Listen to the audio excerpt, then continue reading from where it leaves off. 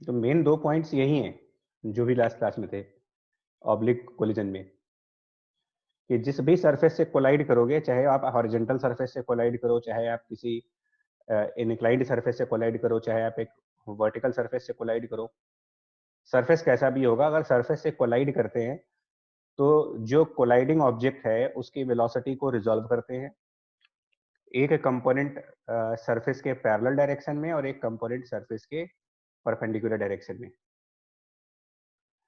जो सरफेस के perpendicular direction में कंपोनेंट होता है वो हम लोग कोलिजन में ई मल्टीप्लाई करके उसका डायरेक्शन रिवर्स कर देते हैं, और जो सरफेस के पैरेलल वेलोसिटी का जो कंपोनेंट आता है उसको एज इट इज कंटिन्यू करते हैं कोलिजन के बाद भी। यही यही दो बेसिक बातें हैं जिस पर सारे क्वेश्चंस करेंगे। जैसे अब ये एग्जांपल एक, अब इसमें क्या करेंगे, इसमें किसी वॉल से कोलाइड हुआ है, मान लो 20 मीटर पर सेकंड 30 डिग्री के एंगल पर बॉडी वॉल से कोलाइड हुई। क्वेश्चन कह रहा है कि ये कितने एंगल पर बॉल रिफ्लेक्ट होगी, यहाँ पर क्या वेलोसिटी आएगी। तो अगर अभी जो तुम लोगों ने दो स्टेटमेंट बोला था वो दो स्टेटमेंट अगर आपको याद है तो फिर तो कोई प्रॉब्लम ही नहीं है। पहला स्टेटमेंट ये था कि जो component of velocity parallel to surface ये अनचेंज्ड, और कंपोनेंट ऑफ वेलोसिटी जो कि परपेंडिकुलर टू सरफेस था, इसको हम लोग ये, हाँ मतलब इसको हम रिवर्स करके और उसमें ई टाइम्स कर देते थे। बस यही दो बातें इस चैप्टर में ध्यान रखना। जितने भी क्वेश्चंस करोगे ऑब्लिक कोलिजन में ये दो फंडामेंटल पॉइंट्स हैं, अगर ये याद है तो क्वेश्चंस हो जाएंगे, उसके अलावा कुछ भी और याद करने की जरूरत नहीं है। तो क्योंकि बात कंपोनेंट्स की जा रही है तो पहले कंपोनेंट्स कर लेते हैं।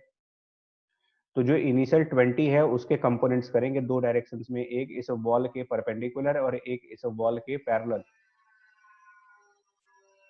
तो perpendicular to wall 20 into cos 30 और parallel to wall 20 into sine 30। उसके बाद जो कोलिजन के बाद वाली वेलोसिटी v आई है उसको रिजॉल्व करेंगे। तो कोलिजन के बाद वाली वेलोसिटी v को रिजॉल्व करो, उसका component v cos theta wall के परपेंडिकुलर और v sin थीटा वॉल के पैरेलल। अब ये दो पॉइंट्स हमेशा ध्यान रखना है, इन दो पॉइंट्स को फॉलो करो। ठीक है बच्चे, बात समझ में आ रही है? Yes sir. हाँ, तो वॉल के पैरेलल कौन सा कंपोनेंट दिख रहा है आपको? पैरेलल टू द वॉल क्या दिख रहा है आपको? तो ये जो वॉल है इसके पैरेलल डायरेक्शन में कोलिजन से पहले 20/2 है और कोलिजन के बाद v sin थीटा है, और ये अनचेंज है। इसका मतलब एक इक्वेशन तुम्हारी ये बन जाएगी that v sin theta equal to 20/2 यानी कि 10। और वॉल के परपेंडिकुलर मतलब पहली इक्वेशन मैंने पैरेलल टू वॉल की बनाई है, दूसरी इक्वेशन में परपेंडिकुलर टू वॉल की बना रहा हूँ। v cos theta equal to 10√3 तो v cos थीटा, और वो पहले 10√3 था लेकिन उसमें मल्टीप्लाई करो, कितना मल्टीप्लाई करोगे 10√3 में? e हाँ e, और e कितना इस क्वेश्चन में? 0.75 0.75 यानी 3/4 मल्टीप्लाई कर दीजिए। बस ये दो स्टेटमेंट ही ध्यान रखने हैं।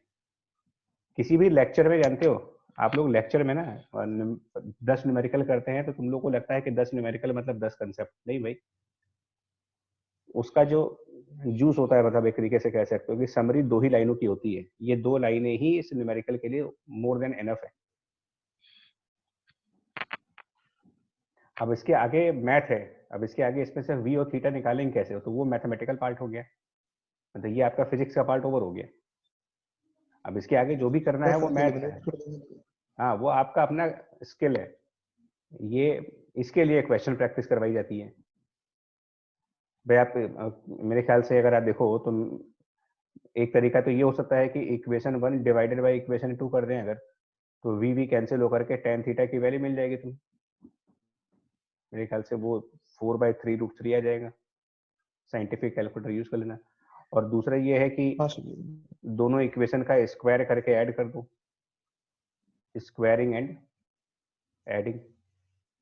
तो जब दोनों को स्क्वायर करके ऐड कर देंगे तो लेफ्ट हैंड साइड पर v स्क्वायर आ जाएगा, राइट हैंड साइड पर 10 स्क्वायर 100, और ये 30/4 225 900/16 इंटू 3 जो भी आएगा, मतलब इससे v आ जाएगा आंसर। ये तो मैथ का पोर्शन हो गया, लेकिन ये जो दो स्टेटमेंट थे यही मैं सुनना चाह रहा था यार। यही तरीका है ऑब्लिक कोलिजन को आराम से हैंडल करने का।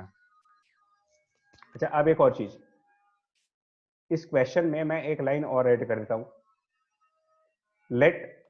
लेट कोलिजन जो था, मतलब इसमें जो कोलिजन हुआ था, लेट कोलिजन टाइम जो था, कोलिजन का टाइम वो कुछ आपको दिया हो, सपोज दैट 0.02 सेकेंड्स, और इसमें एक लाइन क्वेश्चन में ऐड कर दीजिए, find the average force during collision. क्या करेंगे इसके लिए भाई, एवरेज फोर्स और ड्यूरिंग कोलिजन निकालने के लिए? सर इम्पल्स कैलकुलेट करके डिवाइड कर देंगे टाइम से। हाँ, और एवरेज फोर्स बेसिकली ये होता है यार, change in the momentum divided by time. तो मोमेंटम कहाँ चेंज हो रहा है? मोमेंटम क्या पैरेलल टू वॉल चेंज हो रहा है या परपेंडिकुलर टू वॉल चेंज हो रहा है? परपेंडिकुलर। है ना, परपेंडिकुलर। तो परपेंडिकुलर टू वॉल देख लेते हैं कितना चेंज हुआ। तो परपेंडिकुलर टू वॉल में पहले कितना मोमेंटम था, m इंटू मोमेंटम था 10√3, और बाद में ये और ये दोनों ऐड होंगे यार, ये दोनों ऐड हो जाएंगे। ये ऐड इसलिए होंगे कि पहले वाला मोमेंटम राइट ऑपोजिट साइड था। डायरेक्शन में ना, तो वेक्टर सब्स्टिट्यूशन क्या है? हाँ, अपोजिट हो गए तो वेक्टर्स के अकॉर्डिंग एडिशन मतलब होगा। मोमेंटम बिफोर और मोमेंटम आफ्टर अपोजिट डायरेक्शंस में है। दो अपोजिट वेक्टर को जब सब्ट्रैक्ट करेंगे तो ये बेसिकली मतलब ऐड होने वाली चीजें हैं। और जो मोमेंटम बाद वाला है वो पहले वाले में ई मल्टीप्लाई हो जाएगा। तो पहले वाला मोमेंटम आप लिखोगे मास, इसका मास आप कुछ स्पेसिफाई कर लेते हैं, सपोज मास यहाँ पर 2 किलोग्राम है, तो मास हो गया 2 किलोग्राम। वेलोसिटी ये 20√3/2 वाली लिखेंगे, यानी कि 10√3, और ऐड कर देंगे बाद वाला मोमेंटम, उसमें ई और मल्टीप्लाई कर देंगे, मतलब 2 इंटू 10√3, और उसमें ई और मल्टीप्लाई कर दीजिए, यानी कि 0.753/4, और उसको डिवाइड करेंगे टाइम से 0.02 से, ये आ जाएगा एवरेज फोर्स।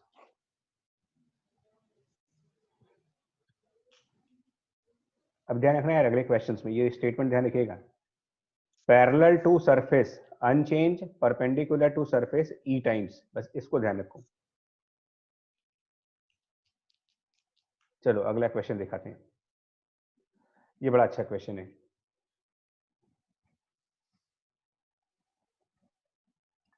देखिए, इसमें यहां से एक बॉडी को प्रोजेक्टाइल स्टार्ट किया जा रहा है, मतलब कि इसको हम कुछ नाम दे देते हैं, कोई पॉइंट ए सी ई सब तो नाम लिखे हुए हैं, इसको कोई ओ पॉइंट नाम देते हैं।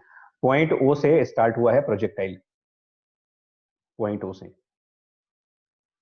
और ये बॉडी पॉइंट ओ से प्रोजेक्टाइल मोशन करता हुआ पॉइंट सी तक जाता है, मतलब ए टू सी इसने प्रोजेक्टाइल कंप्लीट किया, लेकिन उसके आगे डॉटेड लाइन दिखा दी गई है, मतलब आगे प्रोजेक्टाइल कंप्लीट नहीं कर पाया। Projectile would have followed this path if there were no impact with the wall, मतलब प्रोजेक्टाइल मोशन हुआ तो थोड़ी कुछ टाइम के लिए प्रोजेक्टाइल मोशन हुआ, बट उसके आगे प्रोजेक्टाइल मोशन नहीं कर पाया, बीच रास्ते में किसी वॉल से कोलाइड कर गया और कोलाइड करके वापस पीछे आ गया। सो क्वेश्चन क्लियर हुआ अभी आपको? Yes sir. Yes sir. ठीक है, और इसमें ये कह रहे हैं कि जो कोलिजन हुआ है वो उसका डिस्टेंस डी बी है, D B, actually D for distance and B for before the collision, मतलब कोलिजन से पहले ऑब्जेक्ट इस वॉल से डीबी डिस्टेंस पे था, कोलिजन के बाद सेम ऑब्जेक्ट उसी वॉल से D A for after, after D distance after the collision, distance before the collision. तो हमें इन दो डिस्टेंसेस को ना रिलेट करना है, क्या आंसर होगा इसमें। और ये राइट साइड पर मैंने आर माइनस डी बी क्यों दिखाया है ये आप समझ सकते हो। सर पूरी रेंज में से हाँ, उसका माइनस किया है। अब देखो इसमें लॉजिक क्या है, इसमें लॉजिक क्या है वो समझिएगा। मान ले प्रोजेक्टाइल को जब स्टार्ट किया गया था तो वो थीटा एंगल पे था, प्रोजेक्टाइल थीटा एंगल पर। अब इसको ना मल्टीपल फेजेस में डिवाइड करो जरा। तो पहले आप इसका मोशन कंसिडर करें, पहले मोशन कंसिडर करो लॉन्च से, जहां पर उसको लॉन्च किया गया है वहां से, लॉन्चिंग से लेकर के और जस्ट बिफोर कोलिजन, JBC मतलब जस्ट बिफोर कोलिजन। यहाँ पर किस टाइप का मोशन हो रहा है लॉन्चिंग से लेकर के और कोलिजन से जस्ट पहले, क्या किस टाइप का मोशन है वो? Sir projectile. प्रोजेक्टाइल, ठीक। तो प्रोजेक्टाइल के कंसेप्ट लगाओ, प्रोजेक्टाइल है। अब प्रोजेक्टाइल के कंसेप्ट क्या कहते हैं वेलोसिटी को लेकर के, कि कोलिजन से जस्ट पहले की वेलोसिटी अगर मुझको निकालनी है, वेलोसिटी जस्ट बिफोर कोलिजन निकालनी है मेरे को, तो मैं क्या करूं भाई प्रोजेक्टाइल की। अब ये चीज आपको अपने आप से करनी है कि यार प्रोजेक्टाइल मोशन में तो बताया गया था, प्रोजेक्टाइल मोशन में तो ये बताया गया था कि वेलोसिटी कैसे निकाली जाती है। सर टाइम तो दिया होगा ना इसमें, हाँ कितने मान टाइम लो बाद जाके कोलाइड कर। टाइम तो, हाँ टाइम आ जाएगा, मान लो T1 टाइम है, सपोज दैट ये कोलिजन जो है वो TB मतलब टाइम बिफोर कोलिजन, और ये TA टाइम आफ्टर कोलिजन। तो तरीका तो याद होगा ना कि वेलोसिटी कैसे निकाली जाती है। तो हॉरिजॉन्टल कंपोनेंट अनचेंज रहेगा और जो वर्टिकल है vertical u sin component theta है माइनस माइनस हाँ GT कर। बस ऐसे छोटे छोटे कंसेप्ट में तोड़ते जाओ। तो हॉरिजेंटल कंपोनेंट जितना पहले होता है तो पहले u cos थीटा था उतना ही रहेगा, और vertical component u sin theta तो लॉन्च करते वक्त था, लेकिन कुछ टाइम के बाद ये कम हो जाता है -g/TB। तो ये आपकी वेलोसिटी आ गई कोलिजन से पहले। ठीक है, ये पहला फेज हो गया। अब दूसरा फेज, नाउ कोलिजन। ऐसे होता है कंसेप्ट मेकिंग और कंसेप्ट की प्रैक्टिस। इसके लिए एक प्लेइंग कार्ड्स टाइप की चीजें भी होती हैं, मतलब एक रिवीजन में आपको ये भी बताया जाता है ना कि छोटे छोटे कार्ड्स बनाओ, जैसे प्लेइंग कार्ड्स होते हैं ना वैसे ये भी कार्ड्स बनाए जाते हैं। अब एक कार्ड आपका कोलिजन का कार्ड है, उस कोलिजन के कार्ड पर ये 2 लाइनें लिखी थी, तो जैसे ही तुम्हारे सामने कोई क्वेश्चन आया, वो छोटा सा कार्ड आपने पॉकेट से निकाला, उसमें कोलिजन वाला पन्ना देखा, उसमें याद आ गया यार कि ये 2 कंसेप्ट होते हैं कि component of the velocity parallel to surface unchanged and component of the velocity perpendicular to surface, ये हो जाता है। तो जैसे ही मेरा कोलिजन हुआ, मैंने अपना कोलिजन वाला कार्ड देखा और अब मैंने कैलकुलेट किया कि what will be velocity just after the collision, velocity just after the collision. तो velocity just after the collision जब मैंने देखा, तो मैंने कोलिजन वाली थ्योरी देखी, तो ये u cos थीटा ये हमारा परपेंडिकुलर टू वॉल जा रहा है, और ये जो u sin theta minus GT है ये पैरेलल टू वॉल है। तो कोलिजन के कंसेप्ट के हिसाब से इनमें से कौन सा चेंज नहीं करेगा? सर वर्टिकल कंपोनेंट नहीं चेंज करेगा, यानी कि वर्टिकली अभी भी हम u sin theta minus G/TB होंगे, लेकिन हॉरिजेंटल वाला एक तो रिवर्स हो जाएगा कोलिजन की वजह से, और उसमें E मल्टीप्लाई हो जाएगा, EU cos थीटा। ये बात समझ पा रहे हैं? Yes sir. ठीक है यस ना? सर। हाँ, दो अलग अलग कंसेप्ट्स को जब अलग अलग ब्रेक करके करोगे तो आसान लगेगा भाई। प्रोजेक्टाइल को अलग से देखोगे तो आसान लगता है, कोलिजन को अलग से देखो तो भी आसान लगता है, मर्जिंग हो रही है यहाँ पर। अच्छा, अब इसके बाद एक और चीज, इसके बाद एक और कंसेप्ट देखिए। मान लेते हैं, ये मान लेते हैं कि जो कोलिजन हुआ है वो ग्राउंड से h हाइट पर हुआ था। मान लेते हैं कि कोलिजन h हाइट पर हुआ था और डिस्टेंस तो उसका दे ही रखा है आपने db, ये डिस्टेंस है db दे रखा है। तो एक बात बताओ, प्रोजेक्टाइल के और भी तो कंसेप्ट होते हैं यार। प्रोजेक्टाइल में हॉरिजॉन्टल और वर्टिकल डायमेंशन के डिस्प्लेसमेंट को लिखने की भी तो इक्वेशंस होती हैं कि ये जो डिस्टेंस db है, motion in the horizontal direction, इसको क्या हम ये नहीं कह सकते कि ये horizontal velocity multiplied by time? बोले? Yes sir. और हाइट जो है यानी कि y डायमेंशन, उसको क्या ये नहीं कह सकते कि ये u sin theta into T B minus half G into GT square. ये प्रोजेक्टाइल का ही कंसेप्ट आकार है। ठीक है, ठीक है बच्चा, देखना बताना भाई ब्रो, यस सर। है ना, बहुत धीमे धीमे चल रहे हैं। अच्छा, अब तीसरा फेज आएगा। नहीं सर, आ गया। ठीक है, हाँ ठीक है। तीसरा, नाउ मोशन आफ्टर कोलिजन, ये क्या हुआ? तीसरा फेज मोशन आफ्टर कोलिजन।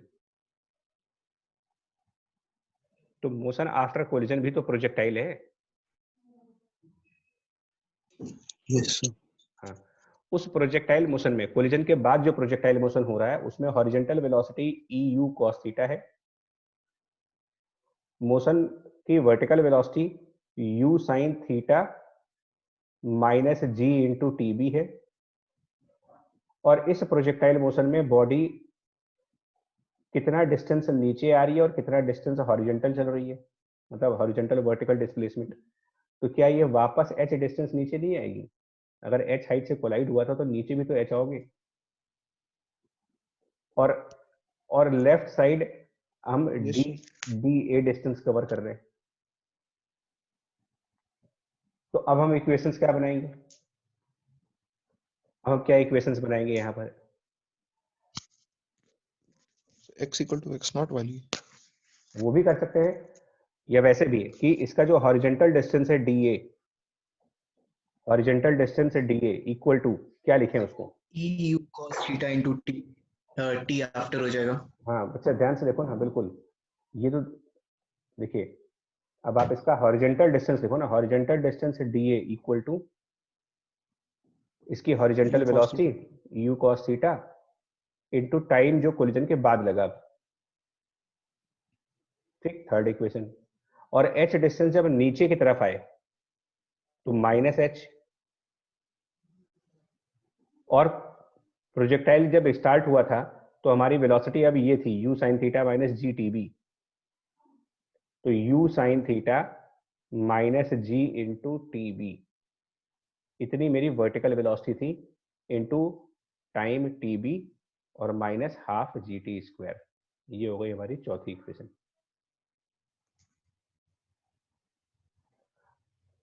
देख लो, यस सर। आगे बताएं, इसके आगे बताएं आपको, ये 4 पॉइंट देखो पहले आप। सर वो आखिरी वाला TA होगा ना, मतलब आफ्टर द कोलिशन जितना टाइम उसको नीचे हाँ वो आने में टी है, लगेगा। सॉरी सॉरी, टी है, टी है, Yes. टी है, वो टी है। ये इक्वेशन समझ में आ जाए तो बताना मुझे। यस सर, आ Sir आ गई। गई. समझ गया ठीक है, सर। अब एक काम करो, ठीक है, अब एक काम करिएगा, आप इक्वेशन 2 और इक्वेशन 4 को ऐड करो, इक्वेशन 2 और इक्वेशन 4 को ऐड करो। इक्वेशन 2 की लेफ्ट साइड पर h है और इक्वेशन 4 की लेफ्ट साइड पर माइनस h है। हम इन दोनों इक्वेशंस को ऐड करते हैं।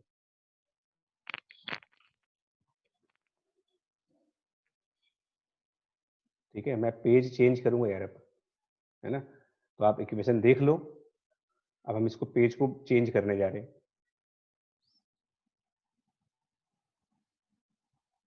तो ये सर करिए। इक्वेशन 2 प्लस इक्वेशन 4, तो लेफ्ट साइड तो आपके पास 0 आ जाएगा, राइट साइड एक टर्म आएगा 2u sin थीटा। ये कहाँ से आएगा बता रहे हैं आपको, एक u sin theta into T B का टर्म सेकंड इक्वेशन में है, और u sin theta into T, actually ये गड़बड़ हो गई यहाँ पर, एक मिनट को रुको, ये यहाँ पर जो बाहर टी बी नहीं होगा, यहाँ पर TA होगा। ये टी ए होगा। हाँ, तो u sin theta T B plus u sin theta T A, sorry, तो ये 2 भी नहीं आएगा। हाँ, तो हमारे पास टर्म ये आएगा, u sin थीटा कॉमन हो जाएगा, इसके अलावा एक टर्म आ जाएगा T A plus T B का। ठीक है, और एक यहाँ minus half G T B square है, और यहाँ पर minus half G T A square होगा और minus G T A T B. तो कुल मिलाकर के ये टर्म आएंगे minus half G T B square minus half G T A square. एक बार आप लोग चेक करना, क्योंकि आप लोग तो हम स्क्रीन पर पेजेस पलटना पॉसिबल नहीं होता बार बार, बट शायद यही आएगा।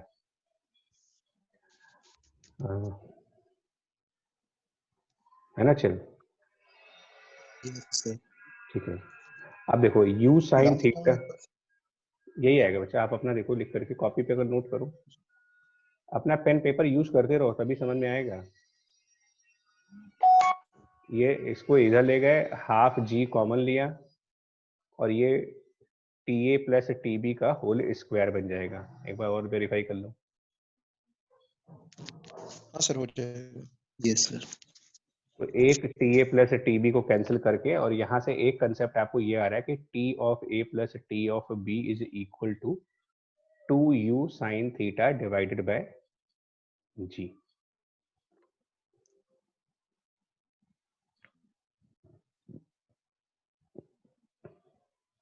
ये क्या हुआ यार? ये चीज तो पहले भी कभी आई थी। सर ये प्रोजेक्टाइल का है। इसका मतलब फ्लाइट टाइम तो बदला ही नहीं। कोलिजन से पहले का टाइम और कोलिजन के बाद का टाइम मिला दें अगर, मतलब T B plus T A, तो टोटल टाइम तो वही आ रहा है जो नॉर्मल प्रोजेक्टाइल का आता है। Yes sir. तो क्या इसको अपना कंसेप्ट मान ले कि वर्टिकल वॉल से कोलाइड करने पर टाइम ऑफ फ्लाइट पे फर्क नहीं पड़ेगा, ताकि आगे से ऑब्जेक्टिव करें इसको। No effect on the time of flight by collision with vertical wall. ये तो पूरा पूरा प्रूफ कर दिया आपके सामने। सर ये मतलब थोड़ा प्रैक्टिकल भी लग रहा है, क्योंकि सर मतलब ये रियल लाइफ में भी होता है। मतलब जितना तेजी से आप फेंकते हैं उतना ही तेजी से वो मतलब उतना ही टाइम लेकर वो वापस भी आता है हाँ हाँ, वर्टिकल वॉल पे। बिल्कुल बिल्कुल बिल्कुल बिल्कुल। तो भाई हो, एक्चुअली जो आप प्रैक्टिकल लाइफ है वही तो आप पेपर पे पढ़ते हो ना। पेपर पे हम कोई अलग चीज थोड़ी पढ़ रहे होते हैं। फिजिक्स में तो सबसे अच्छी बात यह है कि पहले एक्सपेरिमेंट होता है, फिर थ्योरी बन के आती है उसकी। बट न्यूमेरिकल्स के लिए ये इंपॉर्टेंट बात है ना, न्यूमेरिकल्स के लिए इंपॉर्टेंट है कि टाइम ऑफ फ्लाइट पे कोई फर्क नहीं पड़ा। ये बहुत इंपॉर्टेंट स्टेटमेंट है। वर्टिकल वॉल्स के साथ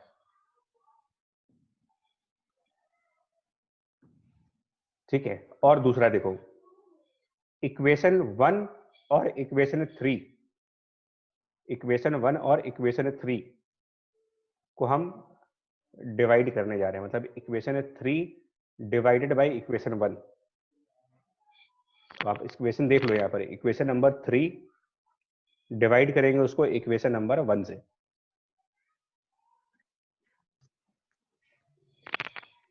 यहाँ पर भी शायद गड़बड़ हो गया है, यहाँ पर भी एक मिस्टेक हुई है। यहाँ पर तो जल्दी जल्दी मुझे लग रहा है सब जगह गड़बड़ हो गया है। यस।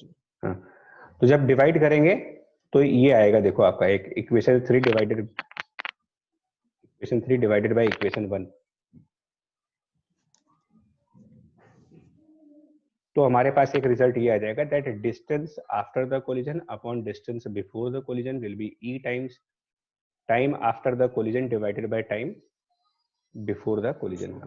आप भी देख लेना इसको अपने आप करके, ये रिजल्ट बनेगा। हो जाए तो बता दीजिएगा। ये सर हो गया। ठीक है, चलिए।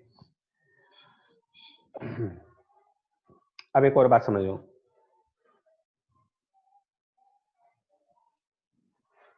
ठीक है, बता रहे बच्चे, आगे बता रहे।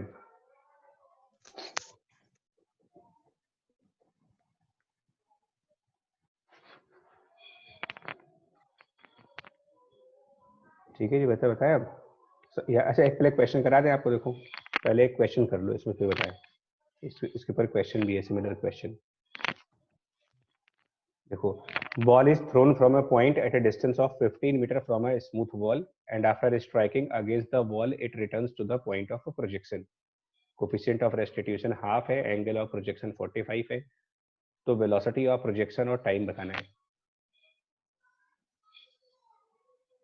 देखो क्या कहना चाह रही है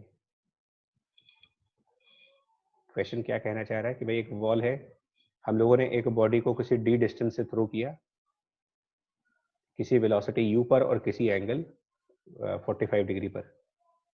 ये बॉडी यहाँ से कोलाइड होती है, और कोलाइड करके क्वेश्चन कह रहा है, मैं नहीं, क्वेश्चन कह रहा है कि ये वापस उसी पॉइंट पर आई जहां पर गई थी, उसी जगह पे आ गई। तो जाने का टाइम टी ए मान लेते हैं, जाने का टाइम टी बी, कोलिजन से पहले वाला टाइम। बिफोर आफ्टर वाला। हाँ हाँ, और उसके बाद TA। तो अभी हम लोगों ने एक कंसेप्ट लर्न किया था कि TA, अभी जस्ट हमने कंसेप्ट लर्न किया था कि TA प्लस TB जो होगा वो टाइम ऑफ फ्लाइट है। तो TA plus TB is equal to 2U sine 45 upon G। Just अभी हम लोगों ने एक कंसेप्ट तो ये पढ़ा, और अभी हम लोगों ने पीछे इसकी थ्योरी की है कि distance after upon distance before is E times time after upon time before. So यहाँ पे डिस्टेंस सेम है तो इक्वल टू Distance TB दोनों अपॉन की same है, तो sir. इसमें distance after upon distance before is हाँ E times TA upon T before, लेकिन इस क्वेश्चन में जितने डिस्टेंस से भेजा गया था उसी डिस्टेंस पर आया है। इसका मतलब और E की वैल्यू 1/2 है, E इक्वल्स टू 1/2। इसका मतलब एक चीज ये कह सकते हो कि TA is 2 times of TB। ये सेकंड इक्वेशन है। नाउ दोनों को साइमल्टेनियसली सॉल्व करेंगे। तो सेकंड इक्वेशन से TA की वैल्यू को फर्स्ट इक्वेशन में सब्स्टिट्यूट कर देते हैं। TA की वैल्यू फर्स्ट इक्वेशन में, तो 3TB इज √2U/G। यहाँ से 3 हटा देते हैं, 3 को नीचे ले जाओ, यानी कि TB की वैल्यू मिल गई। और TB मिल जाएगा तो TA की वैल्यू मिल जाएगी। TA इसका डबल है, 2√2U/3G। और इसके अलावा एक और पॉइंट है, एक और इक्वेशन थी कि distance before was U cos theta into T before. मतलब ये जो D है इसको हम ये भी तो कह सकते हैं कि इसे D equals to U cos 45 into T before. मतलब ये कई सारी इक्वेशंस बन रही हैं अभी। अब इसमें से आंसर कैसे आएगा देखो, इसके बाद का आंसर बताओ अगर इतना आपको समझ में आया हो। D दे रखा है आपको क्वेश्चन में,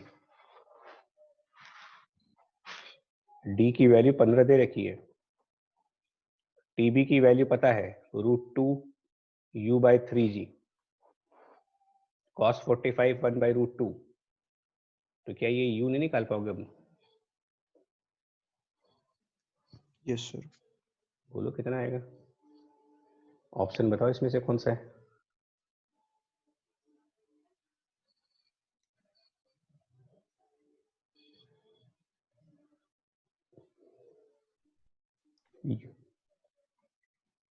U कितना आ रहा है पहले देखो।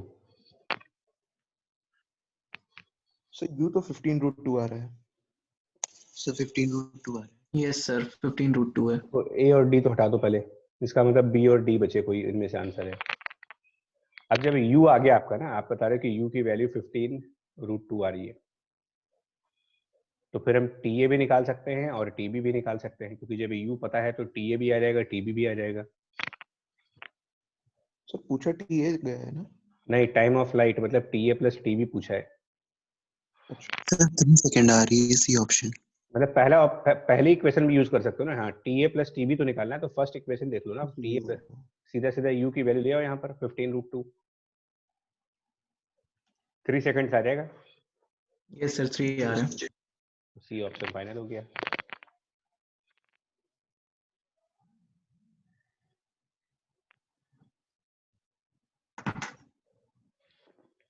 बोलो जी, ठीक है। Yes, yes sir sir. आ गया। सर अच्छा, ये जो मेरा स्टेटमेंट है, that no effect on the time of flight by collision with the vertical wall, इसके बारे में भी तुमको स्टेटमेंट दे दें। ये अपने आप में एक कंसेप्ट है। जैसे कि अगर दो दो वॉल्स मानते हैं, ये भी क्वेश्चन बड़ा इंटरेस्टिंग टाइप का आता है। मतलब एक लेफ्ट वॉल मान लेते हैं और एक राइट वॉल, और हम क्या करें, लेफ्ट वॉल की कॉर्नर से एक बॉडी को U स्पीड से थ्रो करें, थीटा एंगल पर थ्रो करें, और ये जा करके राइट वाली वॉल से कोलाइड करे, फर्स्ट कोलिजन। और ये हुआ T1 टाइम में।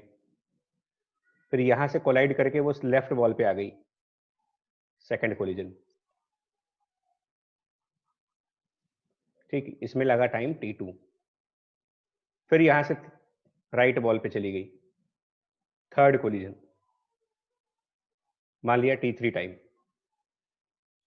और लास्ट में वहां से वापस उसी पॉइंट पर आई जहां से भेजा था, और ये लगा टाइम T4 का। तो हम एक स्टेटमेंट ये कह सकते हैं that T1 plus T2 plus T3 और प्लस T4 ये अभी भी 2u sin theta divided by g, क्योंकि no effect on time of flight by collision with vertical wall. तो ये दोनों ही वर्टिकल वॉल्स हैं। टोटल टाइम ऑफ फ्लाइट इस पे भी डिपेंड नहीं करता है कि कितनी बार किससे कोलाइड कर रहे हो आप। एक वॉल से 2 बार कोलाइड कर लो, 3 बार कोलाइड कर लो, 4 बार कर लो, नंबर ऑफ कोलिजन मैटर नहीं करेंगे। टाइम ऑफ फ्लाइट प्रोजेक्टाइल का अभी भी 2u sin theta by g ही होगा। इसकी भी प्रूविंग्स है, बट क्योंकि नंबर ऑफ कोलिजन ज्यादा है तो ऑब्वियसली प्रूविंग भी काफी बड़ी हो जाएगी। तो टाइम कंस्ट्रेंट्स की वजह से वो प्रूविंग हम लोग नहीं करवा पाते। सिंगल कोलिजन की तो प्रूविंग करवाई आपको, लेकिन मल्टीपल कोलिजन की प्रूविंग हो जाएगी, बट वेस्टेज ऑफ टाइम हो जाता है, इसलिए हम लोग उसको स्किप कर जाते हैं और डायरेक्टली रिजल्ट्स के फॉर्म में बता देते हैं कि total time of flight as it is रहेगा उसका। सर हम लोग करके देख लेंगे। नहीं, नीड नहीं है वैसे, मतलब कोई मतलब नहीं है। हाँ, एक चीज बता दे क्या हो सकता है इसमें। आप एक काम ये जरूर कर सकते हो, देखो ये कि अगर दोनों वॉल्स के बीच में d डिस्टेंस हो, तो अब मैं कुछ इक्वेशंस लिखूंगा, समझना। क्या ये लिखना सही होगा कि दैट d विल बी, क्योंकि जब पहली बार प्रोजेक्टाइल मोशन हो रहा होगा पहली बार, तो उसकी हॉरिजॉन्टल वेलोसिटी क्या रखोगे आप, कितनी वेलोसिटी रखोगे हॉरिजॉन्टल डायरेक्शन में? जब u वेलोसिटी से थ्रो किया है और थीटा एंगल पर थ्रो किया है, तो उसकी हॉरिजॉन्टल वेलोसिटी, तो हम पहली बार, हाँ u cos थीटा, और उसमें t1 मल्टीप्लाई करके d लिख देंगे। अच्छा, दूसरी बार जब इस वॉल से कोलाइड हो गए होंगे, तो इसमें ये वाला कंसेप्ट लगा रहे हैं। देखो फिर से बता दे कि कोलिजन से पहले अगर हॉरिजॉन्टल में आप u cos थीटा थे, तो कोलिजन के बाद आप हॉरिजॉन्टल में eu cos थीटा हो जाएंगे। यस सर, समझ गए कैसे लिखे। तो कोलिजन के बाद इसकी हॉरिजॉन्टल वेलोसिटी जो होगी वो eu cos थीटा होगी, लेकिन ये फिर से d डिस्टेंस पीछे आ रहा है, तो अब इस d को हम ये भी कह सकते हैं कि ये eu cos theta into T2। फिर तीसरी बार जब कोलिजन होगा, सेकंड कोलिजन, तो फिर इसकी हॉरिजॉन्टल वेलोसिटी, समझते जाओ क्या हो रहा है यहाँ पर। पहले हॉरिजॉन्टल u cos थीटा, पहले कोलिजन में उसमें e मल्टीप्लाई हो गया, दूसरे कोलिजन में फिर e मल्टीप्लाई हो गया, यानी अब ये, हाँ, तो अब जो d होगा वो क्या लिखेंगे इसके बाद? तो now d will be e square u cos theta into T3।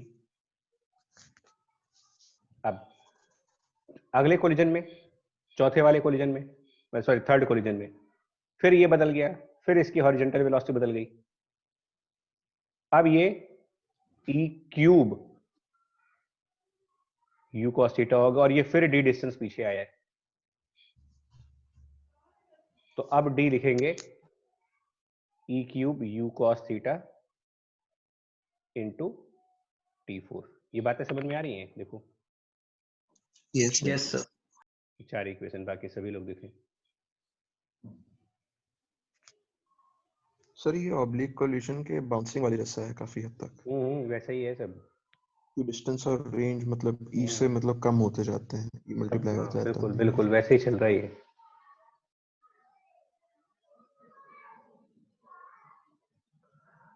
चलिए जी, प्रैक्टिस करना है इसको। और अब 2-3 टॉपिक्स और खत्म कर दें चैप्टर को। इसमें कुछ क्वेश्चन से एक्सप्लोजन के आते हैं। बाउंसिंग हो गया, बाउंसिंग के बाद नाउ एक्सप्लोजन। तो एक्सप्लोजन के वर्किंग कंसेप्ट्स क्या हैं, मतलब इसमें कंसेप्ट जो यूज करने हैं तुमको कंसेप्ट में, लीनियर मोमेंटम कैपिटल P ये कंजर्व रखना है। लीनियर मोमेंटम को आप कंजर्व कराओगे, एक्सप्लोजन के जितने भी न्यूमेरिकल्स आएंगे, यही इसका मेन वर्किंग कंसेप्ट है। और दूसरा क्या है,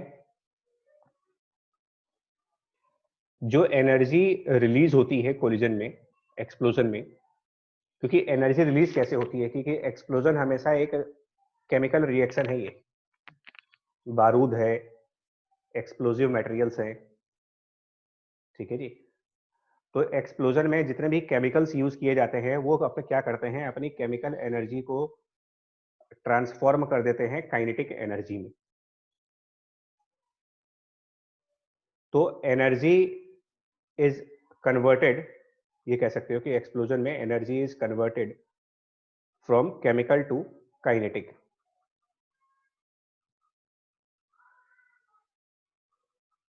chemical to the kinetic energy.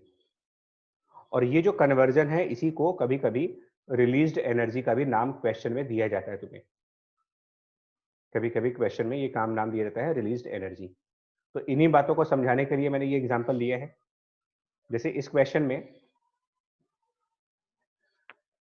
Object with mass m initially at rest है, object with mass m initially at rest explode होता है दो फ्रेगमेंट्स में, एक का मास ma है, एक का मास mb है, रेशियो 1/4 का है, और capital Q is the amount of energy released. इसी लाइन का क्या मतलब है, इसी लाइन का मतलब समझा रहा हूं आपको।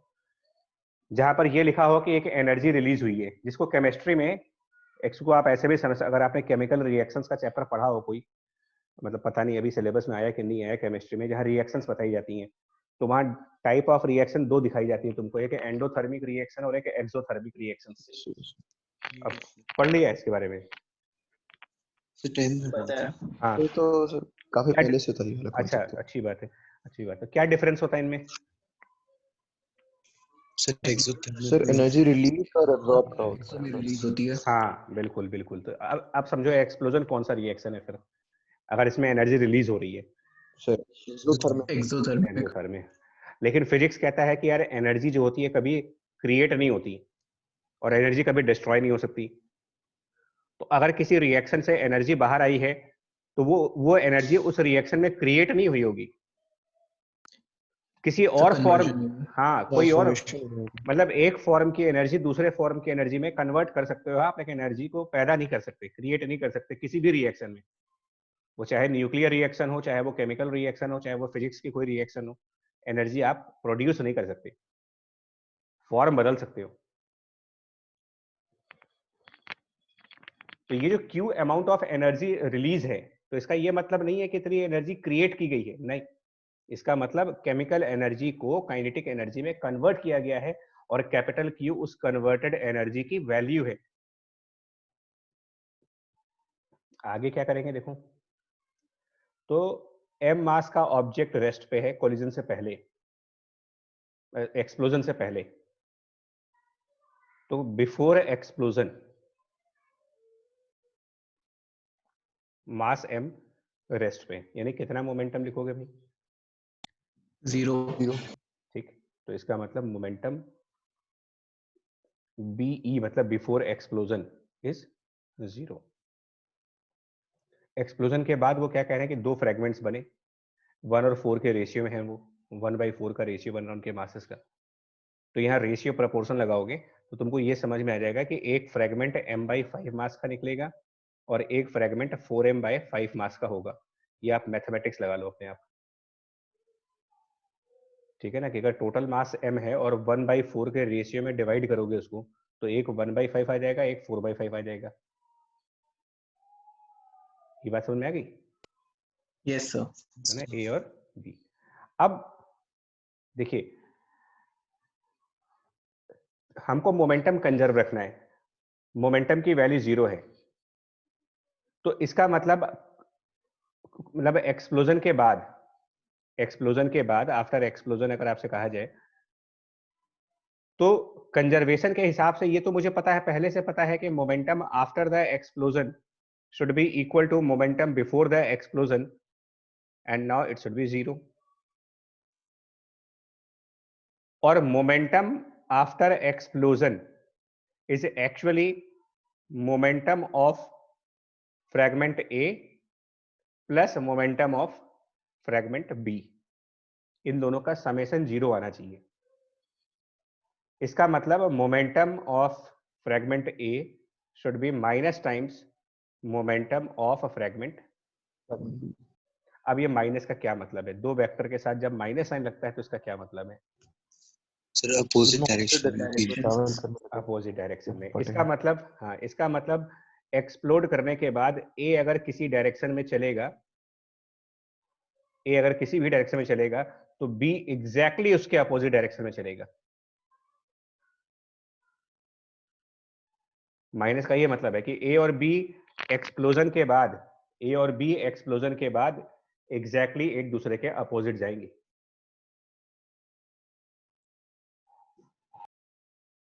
ठीक है, यस सर। Yes sir. कितनी वेलोसिटी से, और अच्छा और लेकिन उनके मोमेंटम का मैग्नीट्यूड बराबर रहेगा।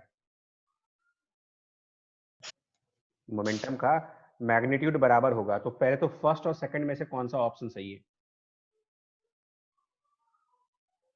दोनों के मोमेंटम इक्वल आ रहे हैं ना, माइनस आ रहा है मतलब अपोजिट, तो बी। Minus sir B. मतलब लेकिन मैग्नीट्यूड में 1:1 आना चाहिए। तो अगर हम एक के मोमेंटम को पी लिखते हैं तो दूसरे का मोमेंटम भी पी सर लिख सकते हैं। मोमेंटम वाला सर एक और बार बता दीजिए सर, 1:1 वाला। मोमेंटम वाला यहाँ पर है ना, देखो पहली बात तो मेन कंसेप्ट ये है कि मोमेंटम को कंजर्व रखना होता है, जिसका मतलब ये भी होता है, मैं अलग से लिख दे रहा हूँ, कि जितना मोमेंटम एक्सप्लोजन से पहले है वो क्वेश्चन में दिया जाएगा तुमको। जितना मोमेंटम एक्सप्लोजन से पहले है उतना ही मोमेंटम एक्सप्लोजन के बाद में भी होना चाहिए, आफ्टर एक्सप्लोजन भी सेम मोमेंटम होना चाहिए। दोनों मोमेंटम को इक्वल करना है तुम्हें। सर एक चीज पूछ रहा था हम्म, सर, जैसे आपने बताया कि मोमेंटम कंजर्व होता है, तो वेलोसिटीज का जो रेशियो होगा वो उनके मतलब मासेस का रेशियो होगा। Okay sir. हाँ सुनिए, अब मोमेंटम बिफोर एक्सप्लोजन, इसके लिए मैं आपसे कह रहा हूं कि इसके लिए आप क्वेश्चन को रीड कर लेना। हमारे क्वेश्चन में, ठीक है ना, मतलब हो सकता है कि आपके क्वेश्चन में ये ना हो, तो इसको, हमारे क्वेश्चन में ये चीज 0 है। तो अगर ये 0 है तो इसका मतलब आफ्टर में भी 0 होना चाहिए, और आफ्टर में दो ही तो फ्रेगमेंट्स हैं, ए और बी, तो इन दोनों के मोमेंटम का टोटल वैल्यू 0 आना चाहिए। ए और बी के मोमेंटम की टोटल वैल्यू 0 होनी चाहिए। और दो वेक्टर का सम 0 तभी हो सकता है जब वो दोनों वेक्टर सेम मैग्नीट्यूड के हों, और ऑपोजिट। हाँ, तो यही लिखा है मैंने कि जितना मोमेंटम ए का होगा किसी भी डायरेक्शन में, उसी के अपोजिट डायरेक्शन में बी का भी उतना ही मोमेंटम होगा। अब बात आई समझ में? Yes sir. ठीक है, चलिए, यानी कि वेलोसिटी सेम नहीं होगी। m/5 मास के पास अगर हम कह देते हैं कि ये va वेलोसिटी से चल रहा है और 4m/5 मास vb वेलोसिटी से चल रहा है, तो ऑब्वियस सी बात है मोमेंटम बराबर है, वेलोसिटी बराबर नहीं कहोगे। इनफैक्ट क्या कहोगे यहाँ पर जानते हो? यहाँ पर क्या इक्वेशन बनाओगे? m/5 इंटू उसकी वेलोसिटी का मैग्नीट्यूड और 4m/5 और उसकी वेलोसिटी का मैग्नीट्यूड, ये बराबर है। इसका मतलब आप ये कह सकते हो कि a is 4 times b velocity में,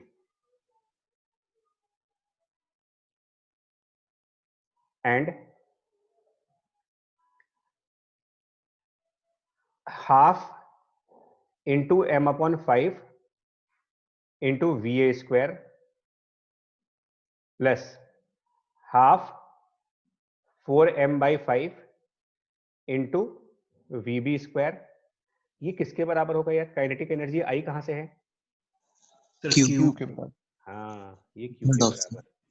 हालांकि इस क्वेश्चन में जरूरत नहीं है मेरे को इसकी, क्वेश्चन में जरूरत नहीं है, बट फिर भी मैंने आपको बताया कि इस तरीके की इक्वेशन भी लिख सकते थे।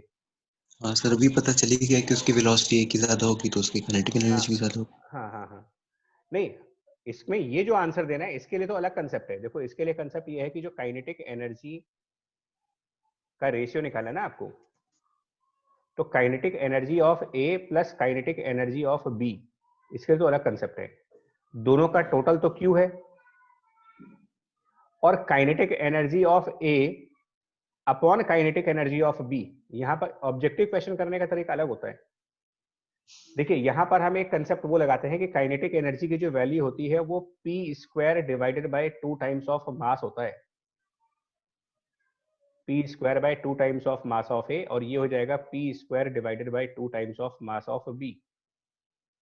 ये पता नहीं, kinetic energy is equal to p² by 2m। Yes पता है। तो इससे रेशियो मिल जाएगा तुमको, दोनों का सम कैपिटल Q के बराबर है, और रेशियो यहां से फाइंड आउट कर सकते हैं, ये शायद 4:1 का आ रहा है। तो अब बताओ ए के पास कितनी काइनेटिक एनर्जी है?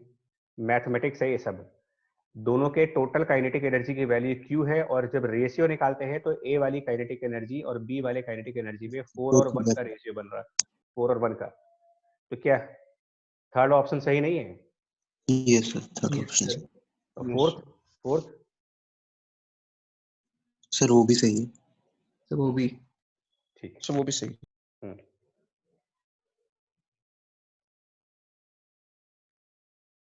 और करा देते हैं, एक क्वेश्चन और देख लो।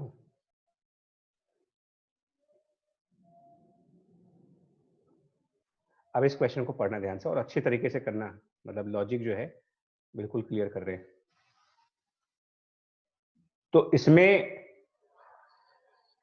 देखिए, ऑब्जेक्ट का मास m moving with velocity v0, तो इसका मतलब बिफोर एक्सप्लोजन। अच्छा, ऐसा कोई जरूरी नहीं है कि बिफोर एक्सप्लोजन हमेशा चीजें रेस्ट पे ही रहे। तो क्वेश्चन की रीडिंग बहुत इंपॉर्टेंट है। बिफोर एक्सप्लोजन, क्वेश्चन की लैंग्वेज को बहुत ध्यान से पढ़ो। m मास v0 वेलोसिटी से चल रहा है, तो पहले हम यहीं पर एक काम कर लेते हैं, यहीं पर मोमेंटम बिफोर एक्सप्लोजन लिखते हैं, क्या होगा? तो momentum before explosion is m into v0। और काइनेटिक एनर्जी बिफोर एक्सप्लोजन कितनी है? एक्सप्लोजन से पहले की काइनेटिक एनर्जी ये भी निकालते हैं, ये हाफ हाफ एम m²। है ना। इसको बाद में आगे देखेंगे, यूज तो करना ही होता है कहीं ना कहीं। अब आफ्टर एक्सप्लोजन पे आओ। तो आफ्टर एक्सप्लोजन में क्या करेंगे? देखो, आफ्टर एक्सप्लोजन में तो अब क्वेश्चन पढ़ो, कितने पार्ट्स में डिवाइड हुआ ये? दो। 2 क्या मासेस है उनके? जो ये दो पार्ट्स है इनके क्या मासेस है? तो 2 फ्रेगमेंट्स, और रेशियो 2:1 का है। तो क्या एक m/3 एक 2m/3। हाँ, एक 2m/3 मास होगा और एक m/3, 2:1 के हिसाब से। तो एक मास हो गया 2m/3 और एक मास हो गया m/3 का। अच्छा, इसके बाद एक और लाइन लिखी है, the fragments continue to move in the original line of motion, मतलब जिस डायरेक्शन में थे उसी डायरेक्शन में चल रहे हैं। तो मान लिया 2m/3 v1 से चलेगा और m/3 v2 से चलेगा। अब बताओ मोमेंटम आफ्टर एक्सप्लोजन क्या लिखेंगे? तो 2m/3 इंटू v1 एक फ्रेगमेंट का, और m/3 v2 दूसरे फ्रेगमेंट का।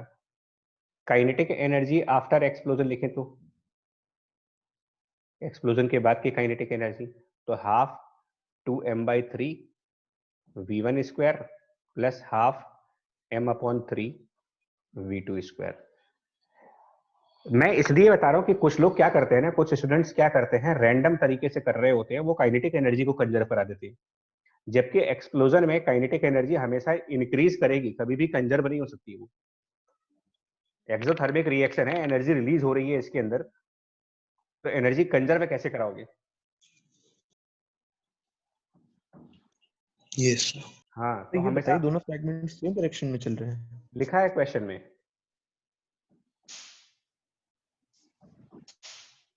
अच्छा सर, ओके। यह लिखा है ना, they continue to move in the original line of motion of the shell, पहले वाले ऑब्जेक्ट के डायरेक्शन में ही चल रहे हो। तो अब हम क्या करेंगे ना, हम मोमेंटम कंजर्व कराएंगे। तो linear momentum before explosion should be equal to the linear momentum after explosion.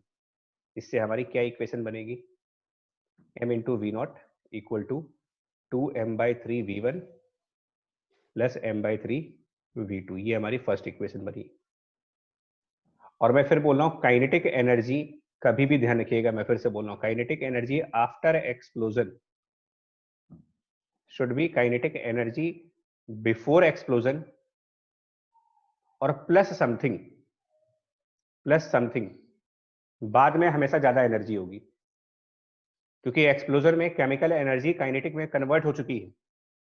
तो बिफोर एक्सप्लोजन एनर्जी केमिकल के फॉर्म में थी, आफ्टर एक्सप्लोजन वो केमिकल वाली एनर्जी भी काइनेटिक में ऐड हो गई है। तो प्लस ये चीज हमेशा ज्यादा होगी। इसी को कहीं कहीं पर क्यू से लिखते हैं और कहीं पर कुछ और। यहां पर क्या लिखा जा रहा है, internal explosion generates the energy E. तो फिर जनरेट का मतलब क्या है, जनरेट का मतलब क्या, एनर्जी क्रिएट हो रही है या ट्रांसफॉर्म हो रही है? ट्रांसफॉर्म। तो यह ई हो जाएगा, इससे दूसरी इक्वेशन बनेगी।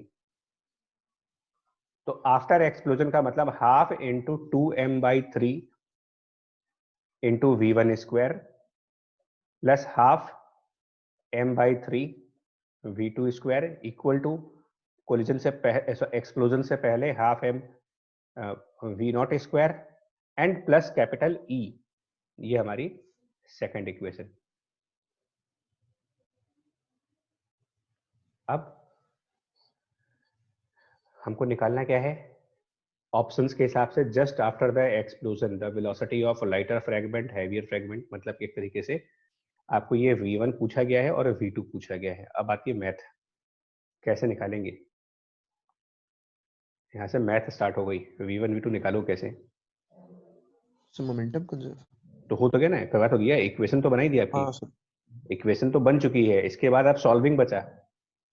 तो फर्स्ट इक्वेशन से ये सारे m को कैंसिल आउट करके करना ये होगा तुमको, मतलब थोड़ा सा टाइम लगेगा, कि पहली वाली इक्वेशन से मेरे ख्याल से v2 की वैल्यू 3v0 माइनस 2v1 को सेकंड वाली इक्वेशन में सब्स्टिट्यूट करना पड़ेगा तुम्हें। समझ पा रहे कि नहीं? टाइम लगेगा, तो करना थोड़ा टाइम लगेगा कि v2 को सेकंड वाली इक्वेशन में सब्स्टिट्यूट करो। तो जब v2 सब्स्टिट्यूट करोगे तो आप इस पूरे इक्वेशन से v1 आएगा, इस पूरे इक्वेशन से v1 की वैल्यू आएगी, और फिर v1 की वैल्यू आएगी, इसी तरीके से v2 की वैल्यू आएगी। मतलब टाइम टेकिंग है इस क्वेश्चन को करने में, मतलब 5-7 मिनट लगेंगे, बट करिएगा जरूर। मैं फिर बोल रहा हूँ इसको करना जरूर, क्वेश्चन को बिकॉज यहाँ तक तो ले आए, इसके बाद सॉल्व भी करना है। ठीक है, बोलो आगे बताए। Yes sir. Yes sir. चलिए देखो, एक और देखो, नहीं सॉरी, एक्सप्लोजन के दो ही हैं। अब एक ये वेरिएबल मास सिस्टम का क्वेश्चन है, आज मिसलीनियस टॉपिक्स ही हैं। तो वेरिएबल मास सिस्टम के लिए भी हम क्या करने जा रहे हैं, एक दूसरा सा बड़ा फनी टाइप का एग्जांपल है ये, है ना। तो इसमें ये 3 बच्चों का ग्रुप है ना, और तिरवा टाइप के है, मतलब सबके सेम मास है, स्टैंडिंग है स्टेशनरी फ्लैट कार के ऊपर और रेस्ट पे। तो अभी हम डायरेक्टली वेरिएबल मास सिस्टम को स्टार्ट नहीं कर रहे हैं, है ना, डायरेक्ट वेरिएबल मास सिस्टम नहीं स्टार्ट कर रहे हैं। पहले इसके सिमिलरिटीज कुछ बताते हैं कि what is variable mass system और उसको हैंडल कैसे करना है। तो stationary flat car of mass capital M, time 0 पर क्या हुआ, they all jump with velocity relative to the car u।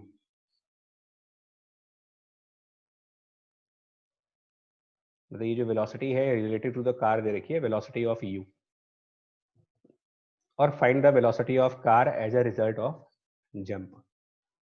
एक तो ये क्वेश्चन है। इसके बाद दूसरा पार्ट है, what if they do not jump together and jump one after other. मतलब पहले एक जंप करे फिर दूसरा जंप करे, इनके नंबरिंग कर दें। अगर मान लो ये 1 ये 2 ये 3, तो पहले 3 जंप करे फिर 2 जंप करे फिर 1 जंप करे, और इसमें भी जो स्पीड है वो सबकी u है रिलेटिव टू द कार। तो फाइनल वेलोसिटी क्या कार की होगी, और फिर कह रहे कि कौन सी वेलोसिटी ज्यादा होगी, ये तीनों इकट्ठा कूद जाएंगे तब कार में ज्यादा वेलोसिटी आएगी, या एक एक करके कूदेंगे तब कार में ज्यादा वेलोसिटी आएगी, ये भी पूछा है।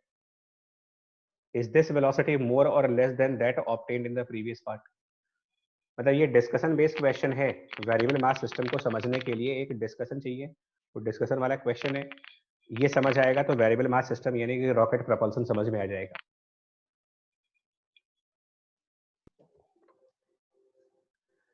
तो पहला वाला क्वेश्चन करने जा रहे हैं यार, है ना, पहला वाला क्वेश्चन जिसमें ये तीनों एक साथ कूदेंगे। तो ये वो फिगर है, देखो फिगर ऑलरेडी तैयार है पहले से टाइम बचाने के लिए, कि ये 3, 2, 1 ये एक साथ कूद गए, मतलब एक पूरा पूरा ग्रुप जंप कर गया, और u स्पीड से रिलेटिव टू द कार, और जंप करने के बाद कार एक रिकॉइल कर गया विद वेलोसिटी v, और ये v ही पूछा गया है आपसे। तो अब देखो कितना मोमेंटम था पहले, मोमेंटम बिफोर में कितना है बताए, जंप करने से पहले। तो क्वेश्चन के हिसाब से all is at rest, that means 0 है, 0 ठीक। और मोमेंटम आफ्टर जंप कितना है, जंप करने के बाद। तो नहीं मोमेंटम सुनिए, अब सुनिएगा, मोमेंटम आप नहीं, मोमेंटम निकाल किसका रहे, सिस्टम का निकालते हैं ना। हाँ सर। तो सिस्टम क्या होगा यहाँ पर, मोमेंटम की थ्योरी में सिस्टम की बात की जाती है, तो सिस्टम यहाँ पे कार प्लस वो जो 3 चिल्ड्रंस है वो है। तो मोमेंटम आफ्टर जंप की जब मैं बात कर रहा हूं तो इसमें मोमेंटम कार का भी आएगा और मोमेंटम उन तीनों का भी आएगा, तो 3 चिल्ड्रंस का वो भी आएगा। तो ये कितना होगा देखो, कार का momentum capital M into v, लेकिन वो लेफ्ट है जो नेगेटिव साइड होती है और राइट साइड हमारा पॉजिटिव होता है, तो माइनस एम वी प्लस वो 3 जो चिल्ड्रंस है उनका टोटल मास कितना, उनमें तीनों चिल्ड्रन का टोटल मास 3m, और उनकी वेलोसिटी क्या है, u minus v। हाँ। अब यहाँ पर एक प्रॉब्लम है कि ये जो u है वो एक्चुअल वेलोसिटी तो है नहीं, तो आपको यहाँ पर एक काम करना पड़ेगा, आपको इन तीनों चिल्ड्रन की एक्चुअल वेलोसिटी निकालनी पड़ेगी। इनकी हम कुछ v चिल्ड्रन के नाम से लिख रहे हैं इसको, कि ये v चिल्ड्रन इसकी एक्चुअल वेलोसिटी है, रिलेटिव नहीं है वो। तो यहां पर मोमेंटम कंजर्व करने के लिए आपको जो वेलोसिटी चाहिए वो उन तीनों की एक्चुअल वेलोसिटी चाहिए। अब ये निकालेंगे कैसे, एक्चुअल वेलोसिटी निकालेंगे कैसे, तो रिलेटिव वेलोसिटी वाला विद रिस्पेक्ट टू कार। अब इसके लिए आपको काइनेमेटिक्स का लेक्चर याद करना पड़ेगा। तो जब आप काइनेमेटिक्स को फॉलो करोगे तो वेलोसिटी ऑफ चिल्ड्रन जो एक्चुअल में है और माइनस वेलोसिटी ऑफ कार, ये कहलाती है रिलेटिव वेलोसिटी। इसी को रिलेटिव वेलोसिटी कहा जाता है वेक्टर के साथ में। तो चिल्ड्रंस की वेलोसिटी और कार की वेलोसिटी अपोजिट है, तो जब इसमें से वेक्टर का साइन हटेगा, जब वेक्टर का साइन हटेगा ऊपर से, तो ये बेसिकली प्लस का साइन बन जाएगा। ये बात नहीं समझ में आई होगी ना। यहाँ जो लॉ है वो वेक्टर के साइन के साथ है, और हम अब वेक्टर का साइन हटा रहे हैं, तो वेक्टर का साइन हटा रहे हैं तो कैसे हटा रहे हैं, क्योंकि जिन दो वेक्टर को आप सबट्रैक्ट कर रहे हो वो अपोजिट डायरेक्शन में है। चिल्ड्रंस की वेलोसिटी फॉरवर्ड है और कार की वेलोसिटी बैकवर्ड है। तो जब आप वेक्टर का साइन हटाओगे तो दो अपोजिट वेक्टर सबट्रैक्ट होने का मतलब उनके मैग्नीट्यूड्स को ऐड कर दिया जाए। आई बात समझ में? यस सर, आ गई। ओके, तो v चिल्ड्रन बराबर u माइनस वी, तो ये हम यहां पर सब्स्टिट्यूट करेंगे, minus m into we plus 3m v चिल्ड्रन u माइनस वी। और कंजर्वेशन कराना है तुमको, तो बिफोर जंप 0 था तो आफ्टर जंप भी 0 होना चाहिए। इसका मतलब minus m into we plus 3m u minus v and it should be equal to 0। क्या बनेगा इससे result, v equal to 3mu divided by capital M plus 3 small m। ये पहले वाले का आंसर है। अब जरा ये काइनेमेटिक्स वाला पोर्शन ध्यान रखना, क्योंकि हम बार बार इसको नहीं यूज करेंगे। रिलेटिव वेलोसिटी u और जो रिक्वायर्ड वेलोसिटी है v का डिफरेंस कर दीजिए तो ये आ जाए u माइनस वी, बार बार हम लिखेंगे एक्चुअल वेलोसिटी। बढ़े आगे? Yes sir. क्योंकि Yes, sir. मेन टॉपिक ये नहीं है, ये तो मैं बेस बना रहा हूँ अभी। अब ये तो तीनों जंप करेगा, अब एक एक करके जंप करने वाला केस आएगा। तो पहले सबसे पहले 3 वाला, पहले जो कुर्बानी देगा, है ना, तो पहले सबसे पहले सेक्रीफाइस 3 वाले ने किया। तो 1 2 3 तीनों थे, 3 वाला जंप हो गया। एक बार फिर से बताना है इसकी एक्चुअल वेलोसिटी क्या होगी। अभी पीछे समझा दिया, इसको बार बार नहीं लिखेंगे। एक्चुअल वेलोसिटी यू रिलेटिव था वो, sir you u minus v1. v1। ठीक है, यहां तक सही है। Yes sir. चलिए अब मोमेंटम कंजर्व कराते हैं। तो सबसे पहले तो ये रेस्ट पे थे, तो मोमेंटम अगर आप कंजर्व कराते हो तो इससे क्या इक्वेशन बनती है, 0 equal to minus M v one minus because of negative sign plus, और एक और चीज माइनस एम वी वन भी नहीं होगा क्योंकि कार के ऊपर 2 लोग तो बैठे हैं ना अभी, तो टोटल मास कार का m प्लस 2m है। ये 2m तो कार के ऊपर ही है, और प्लस एक m जंप हुआ है, तो उसकी actual velocity u minus v one, यानी यहां से मुझे v1 की एक वैल्यू मिलेगी और वो मिलेगी m into you divided by capital M plus 3m। इसको वेरीफाई कर लेना आप। Yes, sir. यही आ रहा है। एक आदमी के जंप करने के बाद की कहानी ये है। अब तीसरा वाला जंप कर गया, कूद गया, मर गया, उस समय क्या मतलब है, अब तीसरे वाले की कहानी खत्म। अब 1 और 2 की बात करेंगे। अब इसमें से भी एक जंप करेगा,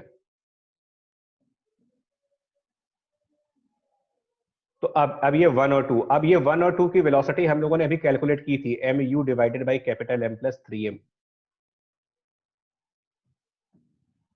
इसमें से 2 वाला जंप कर गया, अब वेलोसिटी v2 आ गई। तो 2 वाले की वेलोसिटी यहां पर फिर से एक्चुअल वेलोसिटी लिखेंगे, u माइनस v2 लिखेंगे। अब फिर मोमेंटम कंजर्व कराओगे, लेकिन अब की बार पहले वाला मोमेंटम 0 नहीं है। ऊपर वाली फिगर बिफोर वाली है और नीचे वाली फिगर आफ्टर वाली है, तो अब की बार तो पहले से भी मोमेंटम है। तो वो पहले वाला मोमेंटम कितना है, capital M plus 2m total mass है, कैपिटल M कार का और 2m इन दोनों चिल्ड्रन का, और उनमें वेलोसिटी v1 की है जिसकी value m into you divided by M plus 3m है, इक्वल टू बाद में कैपिटल M और एक स्मॉल m, यानी कि capital M plus small m v2 के साथ माइनस में, और प्लस एक स्मॉल m उसकी actual velocity u minus v2। थोड़ा सा मैं रिजल्ट डायरेक्ट कर रहा हूं कि जो v2 आएगा, मैं रिजल्ट को डायरेक्ट लिख दे रहा हूं, जो v2 आएगा उसकी वैल्यू ये आएगा m into you divided by capital M plus 3m and plus m into you divided by capital M plus 2m। आप लोग जरा वेरीफाई करना, ठीक है, तो हम लोग को तो प्रैक्टिस है। ये आंसर है, Yes, sir. यही आ रहा है। ठीक है। फिर अभी एक बचा हुआ है, उसको भी बलिदान देना है अपना।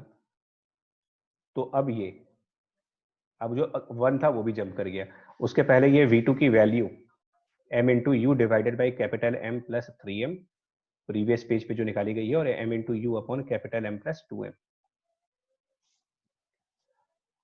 अब इस बार फिर से x की एक्चुअल वेलोसिटी, सब सेम प्रोसेस है, actual velocity u minus v3, फिर मोमेंटम कंजर्व करेंगे। तो अब पहले वाला momentum capital M plus small m into पहले वाली वेलोसिटी वो है M you upon capital M plus 3m plus m into you divided by capital M plus 2m, और सबके आगे लगाएंगे माइनस साइन, इक्वल टू, अब अकेला ये कार मूव कर रहा है, माइनस mv3 और प्लस वो जो पर्सन 1 है उसकी वेलोसिटी u माइनस v3। अब इसके थ्रू जो आंसर आएगा फाइनली, तो v3 की वैल्यू आएगी m u divided by capital M plus 3m plus m u divided by capital M plus 2m and plus m u divided by capital M plus small m। ये final answer है। अगर आप notice करो तो एक pattern बनेगा इसमें actually. Pattern तो बन रहा है, पर नहीं बन रहा। अगर ऐसे 10 पर्सन होते हैं, 20 Yes, पर्सन sir, होते हैं, तो आपको नहीं लग रहा है डिनोमिनेटर में एक पैटर्न चल रहा है? Yes sir. स्मॉल में AP कम हो रहा है। अब इनका क्वेश्चन ये था कि किसमें फाइनली कार की ज्यादा वेलोसिटी है, जब ये एक एक करके जंप किए हैं, जब ये इकट्ठा जंप किए थे।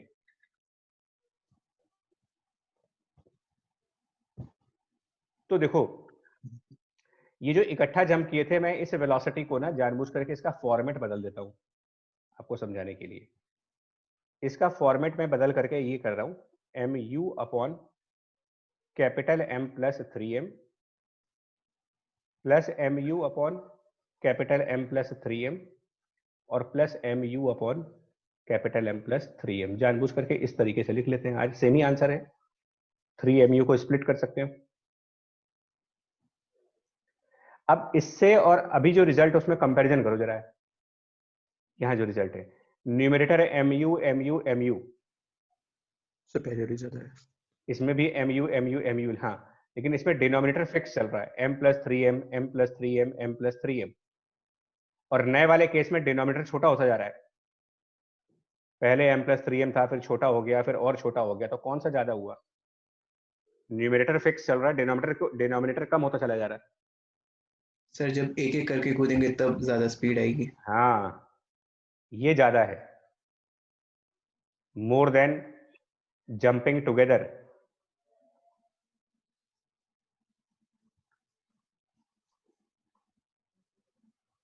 यानी कि अगर एक सिस्टम से मास को कम करना है, अब लॉजिक पकड़ना इसका, तो अगर हम सारा मास एक ही बार में एक्सपेल कर देंगे, सारा मास एक बार में ही अगर एक्सपेल कर दो, और या फिर मासेस को स्टेप बाय स्टेप निकालते जाएं, कौन सा ज्यादा एडवांटेजियस है इन टर्म्स? अगर आप वेलोसिटी की बात करें तो एक सिस्टम से मास को रिड्यूस करना चाहते हैं, तो क्या जितना मास रिड्यूस करना चाहते हैं उसको एक ही बार में रिड्यूस कर दे, या थोड़ा थोड़ा करके रिड्यूस करें? Yes sir, step by step. Step by step. इससे ज्यादा वेलोसिटी आएगी ना। Yes sir. यही आइडिया है और यही कंसेप्ट है रॉकेट प्रपल्सन का। उसमें से फ्यूल को बर्न करके एक ही बार में बाहर नहीं निकाल देते हैं, फ्यूल को कंटिन्यूअसली बाहर निकालते रहते हैं। तो जब फ्यूल, अभी ये जो कार है इसको रॉकेट समझो और जो पर्सन है उनको फ्यूल समझो, तो आप रिलेट कर पाओगे हम क्या कहना चाह रहे हैं। अगर इस कार को एज रॉकेट समझा जाए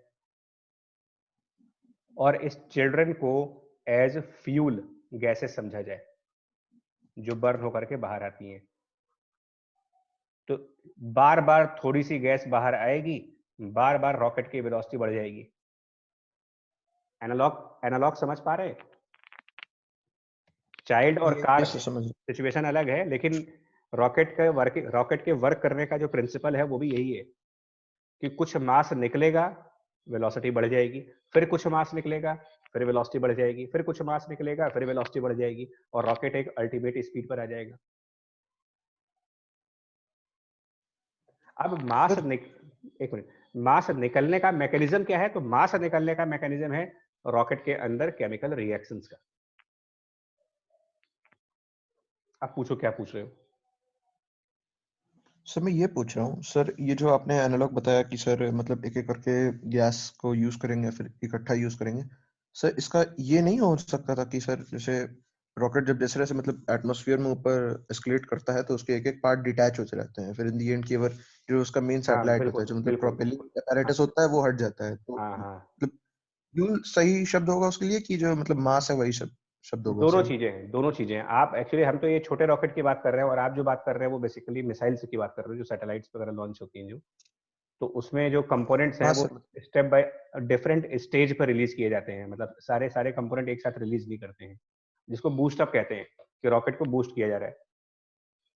मिसाइल को बूस्ट करते हैं मतलब उसकी स्पीड बढ़ाते हैं ना। अच्छा सर। तो वो दोनों ही कंसेप्ट हैं, फ्यूल का कंसेप्ट भी है। हम ये जो फ्यूल वाला कंसेप्ट है, ये तो हम बेसिकली इनिशियल स्टेज की बात कर रहे हैं। जैसे जैसे अगर आपका जो इंडिया से जब कभी कोई मिसाइल या सैटेलाइट लॉन्च की जाती है, तो श्रीहरिकोटा एक जगह है, आपने सुना ही होगा, ये सर सुना ठीक है ना। और आए दिन वीडियोज अब तो आने लगी हैं श्रीहरिकोटा से। तो आप नोटिस करो कि जो शुरुआत होती है कितनी ज्यादा गैसेस बर्न होती है ना। अगर भी आप मंगल मिशन मूवी भी देखो तो उसमें भी सीन दिखाए गए हैं सब, कितनी ज्यादा गैसेस बर्न होती है बिगिनिंग में, है ना। उस रॉकेट को ऊपर उठने के लिए एक फोर्स चाहिए होती है। एक बार रॉकेट ऊपर उठ गया, आप दिवाली के रॉकेट की बात कर लो यार, चलो मिसाइल तो बहुत दूर की बात है, दिवाली का रॉकेट अपने आप बोतल में रखने पर उड़ जाता है क्या, या कुछ करना पड़ता है हमें? सर उसकी विक लाइट करनी पड़ती है। तो फिर उससे क्या होता है? सर जब विक पूरी बन जाती है इन द एंड जाके जब वो मतलब फाइनल वो जो उसका बारूद होता है उसमें वो पहुंचता है, gases जो वो बर्न जो होता है, ये एक्सप्लोजन होता है, वेरिएबल तो वो मास, ऊपर जाता है। फेंकता है उसको, रिएक्शन फोर्स की वजह से वो ऊपर जाती है। बिल्कुल। और मैं एक बड़ा कॉमन सा एग्जांपल दूं तुमको, बड़ा कॉमन एग्जांपल जो आए दिन आपके साथ होता है लेकिन आप समझ नहीं पाते हो। आप एक बलून ले, बलून में हवा भरिए और नीचे उसका माउथ पकड़ ले फिंगर से और छोड़ दीजिए। मतलब उसको बांधना नहीं है, बलून को फुल करो और उसका जो माउथ है जहां से एयर को इन्फ्लेट करोगे आप, उस माउथ को आप हाथ से बंद कर लें, हाथ से ऐसे पकड़ लें और फिर छोड़े ताकि हवा निकले उसकी। किधर किधर उछलता है बैलून? हवा निकलती है तो किधर उछलता है वो? जिधर हवा सर निकलती है हवा निकलने के ऑपोजिट। हवा निकलने उसके के। डायरेक्शन। तो क्या ये रॉकेट का कंसेप्ट नहीं हो गया कि अगर किसी चीज से हवा निकलेगी तो अपोजिट डायरेक्शन में चला जाएगा वो? सर वो हवा उस बलून के लिए रिकॉइल देती है उसको, मतलब बिल्कुल। तो साइंटिस्ट लोग ऐसे तो सोचते हैं, अपने आसपास की चीजों से ही तो उनका दिमाग चलता है, और कहाँ चलता होगा। उन्होंने देखा कि यार ये गुब्बारे में से हवा निकली तो गुब्बारा उछला, तो उन्होंने कहा जब गुब्बारा उछल सकता है तो फिर रॉकेट भी उछल सकता है। भाई अगर एक छोटी चीज हो सकती है तो फिर उसका स्केल तो बढ़ा सकते हो आप ना, उसको आप किसी भी स्केल पे ले जाओ। साइंस यही तो है, ऐसे ही आइडियाज मिलते हैं इनको। तो रॉकेट प्रोपल्शन के पहले आइडिया समझो कि वो किस आइडिया के ऊपर उसकी थ्योरी को डेवलप किया गया है। ये रिकॉइल के आइडिया पर, बलून से हवा निकलने का आइडिया, इन आइडियाज पर रॉकेट का मैन्युफैक्चरिंग हुआ, कंसेप्ट हुआ। अब हम लोग, मतलब हमें ये तो समझ में आ गया कि आइडिया क्या था, किस तरीके से ये सब चीजें लोगों के दिमाग में आई होंगी जिस समय ये सब बना होगा। अब इसका मैथमेटिकल मॉडल क्या होगा, रॉकेट की मैथमेटिकल मॉडल। ये तो हमने फिजिक्स के लेवल पर बात कर ली, इसका मैथमेटिकल पार्ट्स कैसे होगा, मैथ कैसे आएगी इसमें।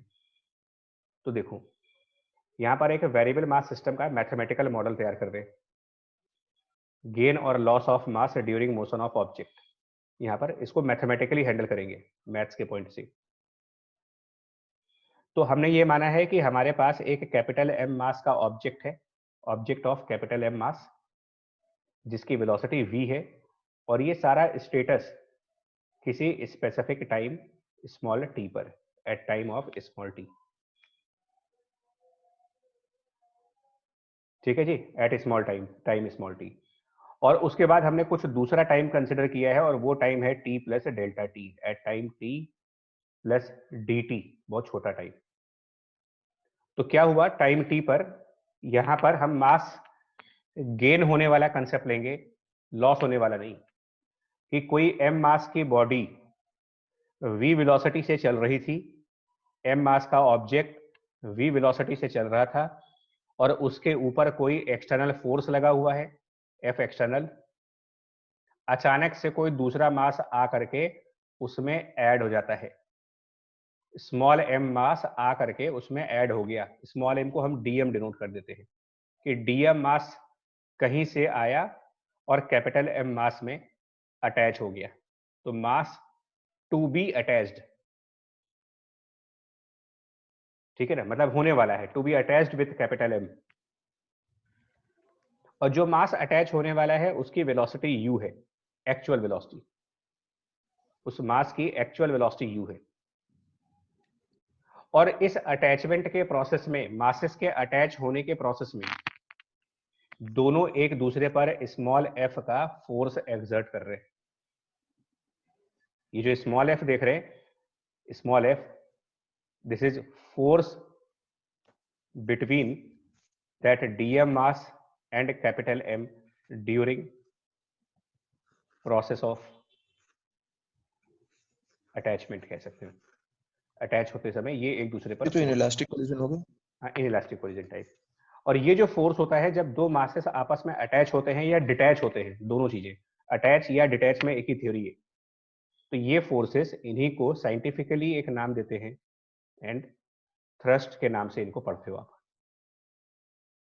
कि दो मासेस जब अटैच होते हैं या डिटैच होते हैं तो इस प्रोसेस में जो फोर्स लगता है उसको हम लोगों ने एक नया नाम दे रखा है, न्यू नेम दे रखा है इसको, और वो नेम है थ्रस्ट। जो है ये भी फोर्स है पर सिर्फ एक नया नाम है डिफरेंशिएट करने के लिए। थ्रस्ट का मतलब वो फोर्स जब दो मासेस के जुड़ते वक्त लगता है या दो मासेस के अलग होते वक्त लगता है, उसको हमने थ्रस्ट का नाम दे दिया है।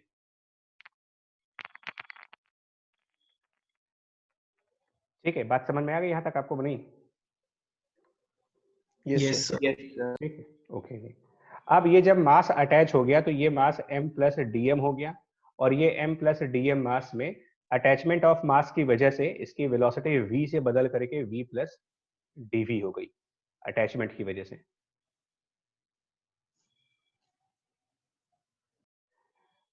अब देखो, अगर मैं यहां पर न्यूटन लॉ अप्लाई करूं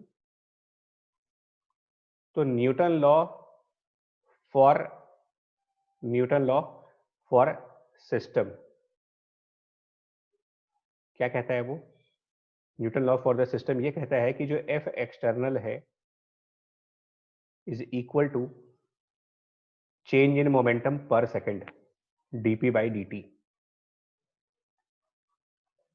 मतलब F external equal to change in momentum, dp का मतलब चेंज इन मोमेंटम।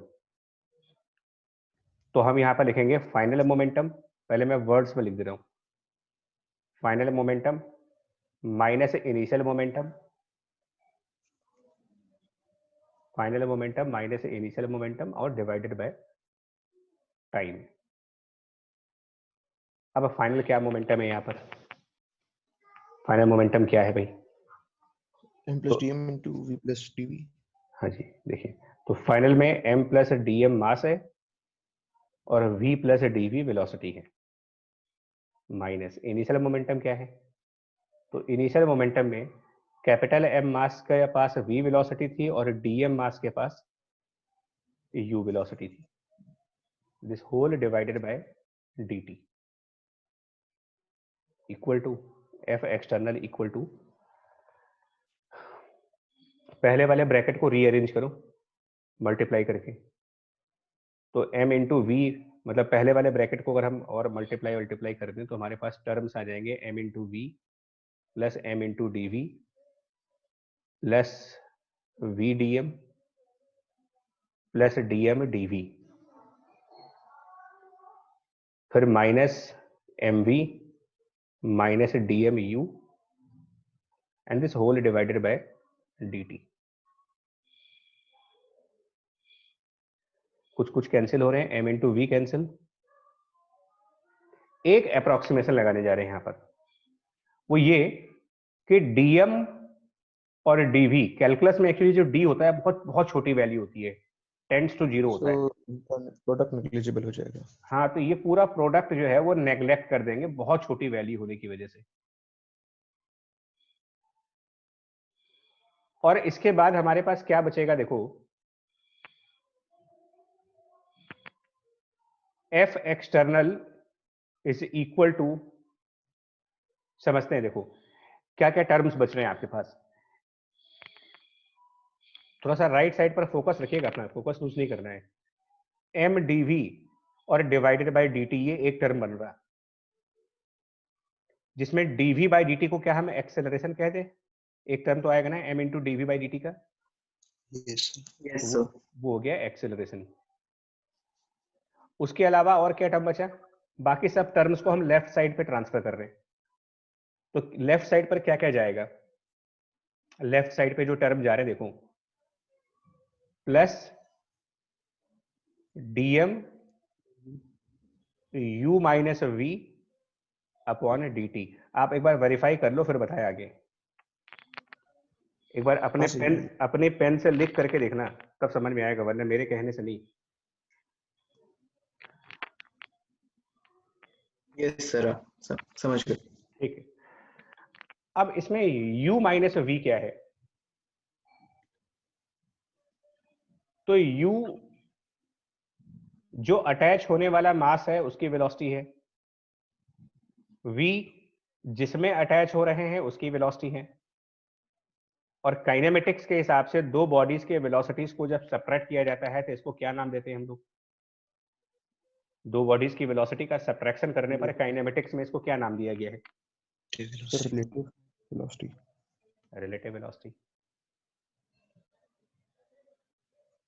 इसका मतलब क्या इक्वेशन बन गई? ये जो u माइनस वी है इसको क्या कह सकते हैं कि क्या है ये चीज? ये u माइनस वी क्या चीज हुई? बिफोर अप्रोच की रिलेटिव वेलोसिटी। Relative velocity. अब समझ में आया कि मैं इस कार वाले एग्जांपल में बार बार आपको रिलेटिव वेलोसिटी क्यों कह रहा था? क्योंकि कार की फाइनल वेलोसिटी जंप करने वाले पर्सन की रिलेटिव स्पीड पर डिपेंड कर रहे हैं। कार की फाइनल वेलोसिटी जंप करने वाले पर्सन की रिलेटिव स्पीड पर डिपेंडेंट है।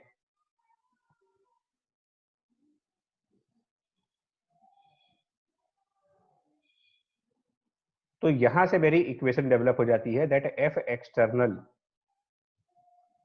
प्लस इसको v R v relative into d m by d t equal to mass into acceleration. ये बन गई आपकी मॉडिफाइड न्यूटन लॉ की इक्वेशन, मतलब Newton law for object changing the mass, object whose mass is changing with time. मैं एक बार separate page पे लिख देता हूं इसको, फिर बता देते क्या है। देखो, मतलब कुल मिलाकर के न्यूटन लॉ क्या कहता है? Newton's law for any object of mass m, any object of mass m moving with velocity v is Newton law अब ये बन गया F external plus V relative into d m by d t is equal to m into acceleration. ये आपका नया Newton law कह सकते हो, जिसमें जो V रिलेटिव है इसका मतलब है it is the velocity of mass being attached, या फिर डिटैच भी कर सकते हो।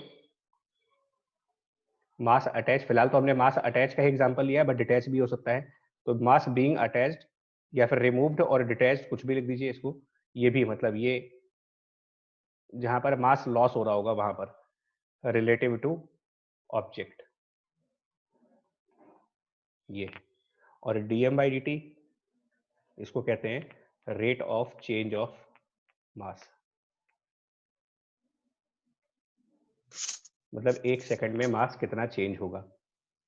और ये जो v relative into d m by d t है, ये वही स्मॉल f है जो फिगर में दिखाया गया था आपको, कि जो मास अटैच होते हैं तो ये आपस में फोर्स लगाते हैं, जिसको हम स्मॉल f कहते हैं, थ्रस्ट कहते हैं। तो ये v relative into d m by d t जो आप पढ़ रहे हो, ये वही थ्रस्ट की फोर्स कहलाती है।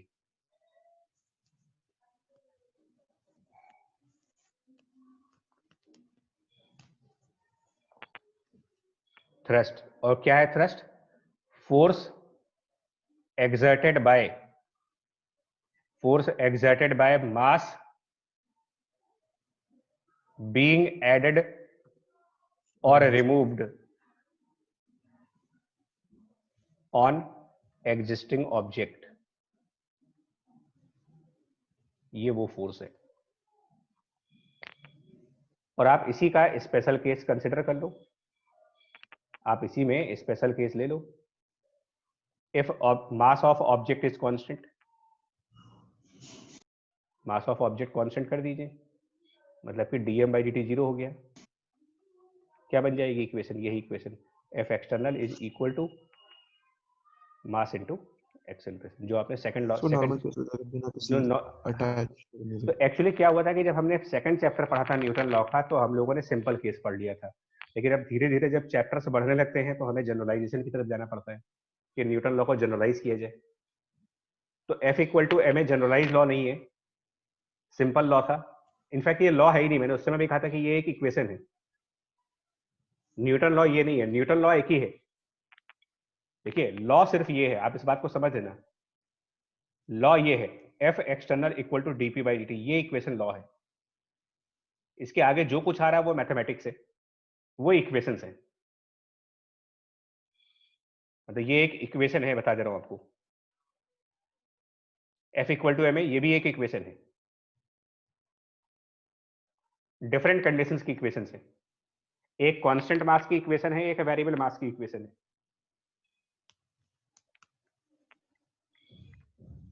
मतलब न्यूटन जो मैसेज देना चाह रहे हैं, मैथ अपनी जगह फिजिक्स अपनी जगह, वो ये कहना चाहते हैं कि जब कोई मास किसी दूसरे मास में ऐड होगा या उससे सब्ट्रैक्ट होगा तो एक्सटर्नल फोर्सेस के साथ साथ एक और फोर्स लगती है जिसको थ्रस्ट कहा जाता है।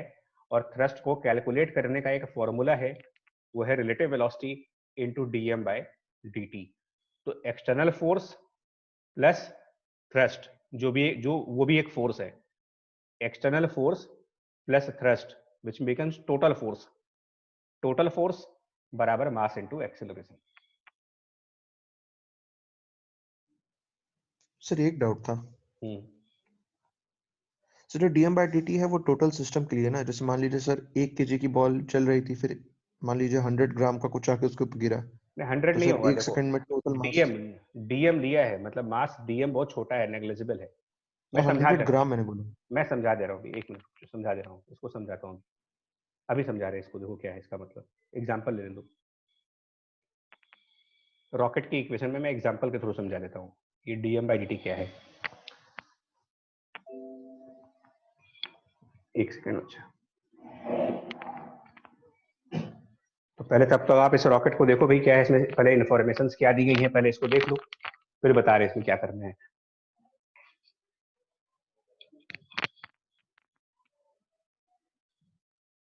देखिए पहली कंडीशन में आपसे ये कहा गया है कि टाइम 0 पर, ध्यान से सुनता क्या है, total mass of rocket body inside fuel and everything. मतलब मास किस किस का लिया गया इसमें, रॉकेट की बॉडी का, उसके अंदर जो फ्यूल है, एंड एवरीथिंग मतलब अगर अंदर पैसेंजर्स हैं, मतलब कुल मिलाकर के टोटल मास हमने m0 कह दिया है टाइम 0 पर। और इसमें से गैसेस निकल रही हैं, is being ejected at a constant rate dm by dt at a constant relative speed vr। और क्वेश्चन ये पूछते हैं कि t टाइम बाद, है ना, t टाइम बाद इस रॉकेट की क्या वेलोसिटी होगी। और ये इनिशियल स्टेज है, तो रॉकेट के इनिशियल स्टेज पे जब होते हैं हम लोग, मतलब इनिशियल स्टेज का मतलब ये होता है जब वो अर्थ के इन्फ्लुएंस में होता है। देखो यहां पर एक्सटर्नल फोर्स क्या है, पहली बात समझो एक्सटर्नल फोर्स की कौन सा है, क्योंकि दो फोर्सेस की बात की जा रही है, एक एक्सटर्नल फोर्स की बात करेंगे और एक बात करेंगे यहां पर थ्रस्ट की। वेरिएबल मासेस में हमेशा दो बातें करो आप, एक्सटर्नल फोर्स और थ्रस्ट। तो एक्सटर्नल फोर्स ग्रेविटी है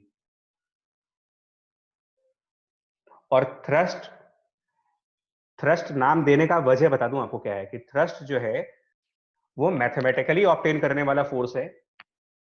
और इसका फॉर्मूला अभी अभी हम लोगों ने पढ़ा था, it is the v relative multiplied by d m by dt। मैं एक काम करूंगा, मैं dm बाई dt को ना एक सिंबल से डिनोट करेंगे। dm बाई dt को हम यहाँ पर कोई सिंबल म्यू मान लेते हैं, म्यू। तो एक्सटर्नल फोर्स ग्रेविटी है जिसकी डायरेक्शन डाउनवर्ड है, और थ्रस्ट की डायरेक्शन किधर होगी, रॉकेट के केस में थ्रस्ट किधर लगता है, जो गैस निकलेगी ये किधर फोर्स लगाएगी, ये डाउनवर्ड फोर्स लगाएगी या अपवर्ड। इतना तो आप इंट्यूशन से भी बता सकते हो कि जो गैस निकलेगी, सर डाउनवर्ड। अच्छा अगर गैस निकल करके रॉकेट पर डाउनवर्ड फोर्स लगेगा तो रॉकेट ऊपर कैसे जाएगा फिर। सर अपवर्ड लगाएगी, रिकॉइल रहेगा ना।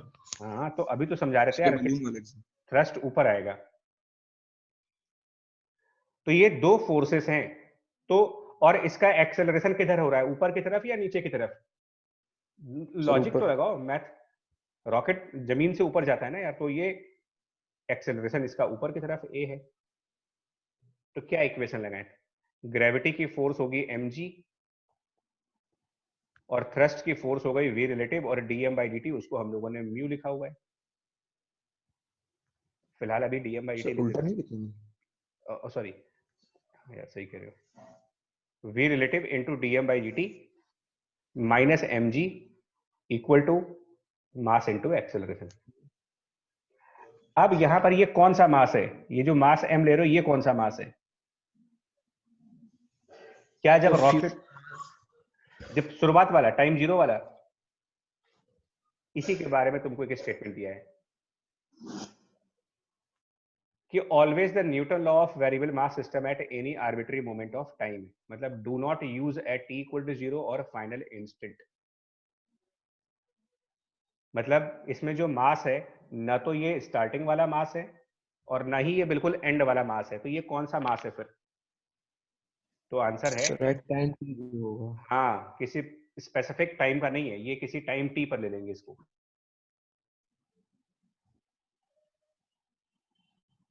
समझ पाए? ये इक्वेशन है, फिर बोल रहा हूं आपको, यही इक्वेशन पढ़नी थी तुम्हें, इसी को रॉकेट की इक्वेशन कहा जाता है।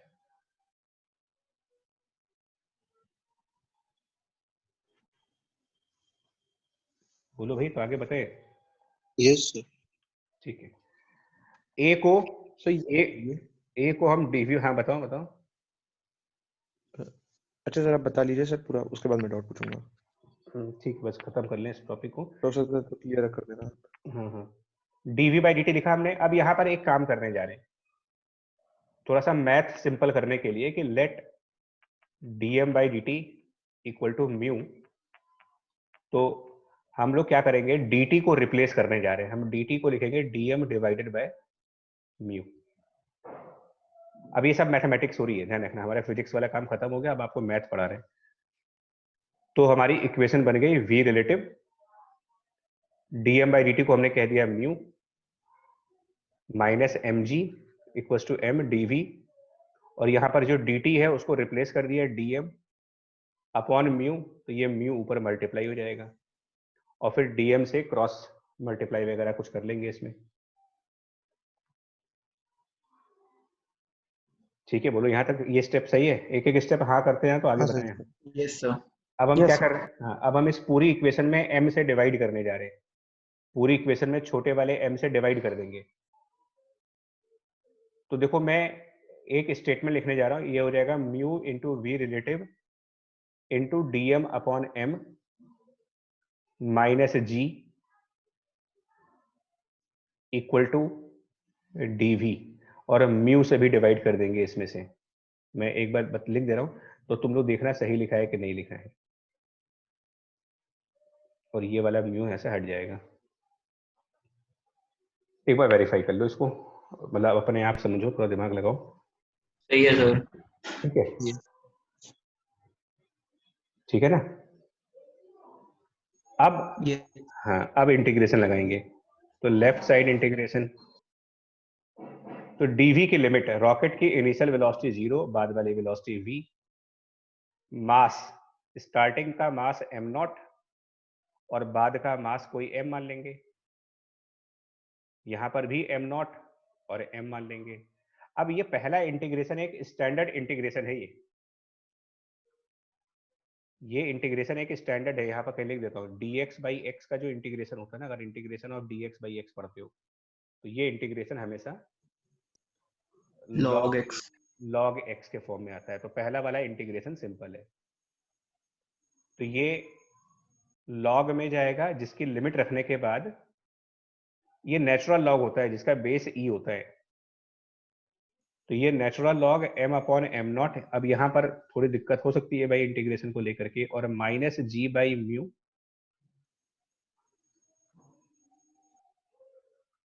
माइनस g बाई म्यू, और ये dm सिर्फ इंटीग्रेट हो जाएगा, तो यहाँ पर m माइनस m0, dm का इंटीग्रेशन सिर्फ m हो जाएगा, इंटीग्रेशन ऑफ dm मतलब m, और इक्वल टू v।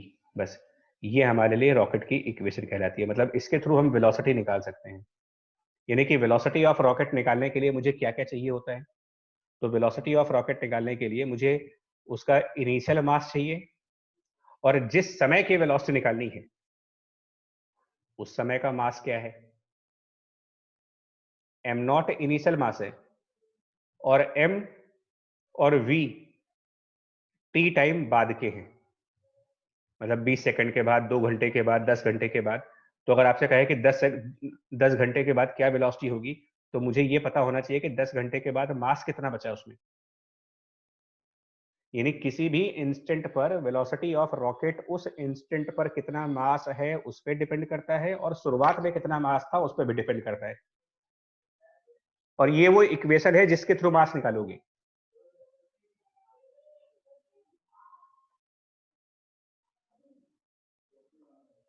समझ गए? ये सर हाँ ना। अब ये इनिशियल स्टेज में है। बाद में क्या होता है, जब रॉकेट डीप स्पेस में चला जाता है। पहले मतलब पहले वाले इंस्टेंट पे रॉकेट रेस्ट पे हो या जो भी हो। हाँ जी, पहले रॉकेट रेस्ट पे ही होगा यार। चाहे कोई भी रॉकेट हो, वो फेक करके तो कभी लॉन्च नहीं होता भाई। हम दिवाली में भी ये तो बोतल में रखते हैं ना उसको पहले, और से हरिकोटा से होगा तब भी आप उसको रख करके ही चलता है वो। जब स्पेस में चले जाते हो, डीप स्पेस में, तो ग्रेविटी ऑलमोस्ट खत्म हो जाती है। डीप स्पेस में जाने पर जी खत्म हो जाता है, मतलब काफी हाइट पे जब रॉकेट चला जाता है, अर्थ के इन्फ्लुएंस से बाहर आ गया जब, तो वहां पर वेलोसिटी की इक्वेशन दूसरी हो जाएगी। तब हम कह सकते हैं कि it is v relative into natural log m by m naught. उसमें से g वाला फैक्टर हटा दीजिए। ये डीप स्पेस में जाने पर होता है। ये दो इक्वेशंस हैं। शुरू वाली इक्वेशन एक तरीके से, ये अगर आप प्रैक्टिकली बात करो तो ये लॉन्च करने के तुरंत बाद की होती है, नियर लॉन्च, क्योंकि तब ग्रेविटी का असर होता है। और ये मतलब लॉन्च करने के बहुत टाइम बाद, जब रॉकेट आपको अर्थ से दिखना बंद हो गया, उसका इफेक्ट अर्थ का उस पर बंद हो गया, ग्रेविटी का असर बंद हो गया उसके ऊपर, तो फिर वो डीप स्पेस में अपने आप चल रहा है, v relative into natural log m by m naught से।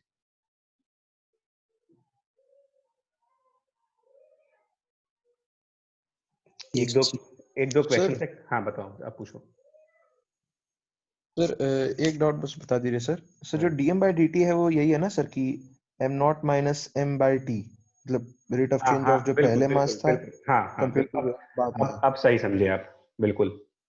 हाँ बिल्कुल सही कि जो dm बाई dt आप यहाँ लिख रहे हो, ये क्या है, शुरुआत वाला मास माइनस बाद वाला मास और डिवाइडेड बाय टाइम। बिल्कुल सही, ठीक है। सर पहला क्वेश्चन, 6000 किलोग्राम का rocket is set for the vertical firing. Exhaust speed का मतलब relative speed. How much gas must be ejected per second. How much gas must be ejected per second, क्या पूछना चाह रहे हैं ये?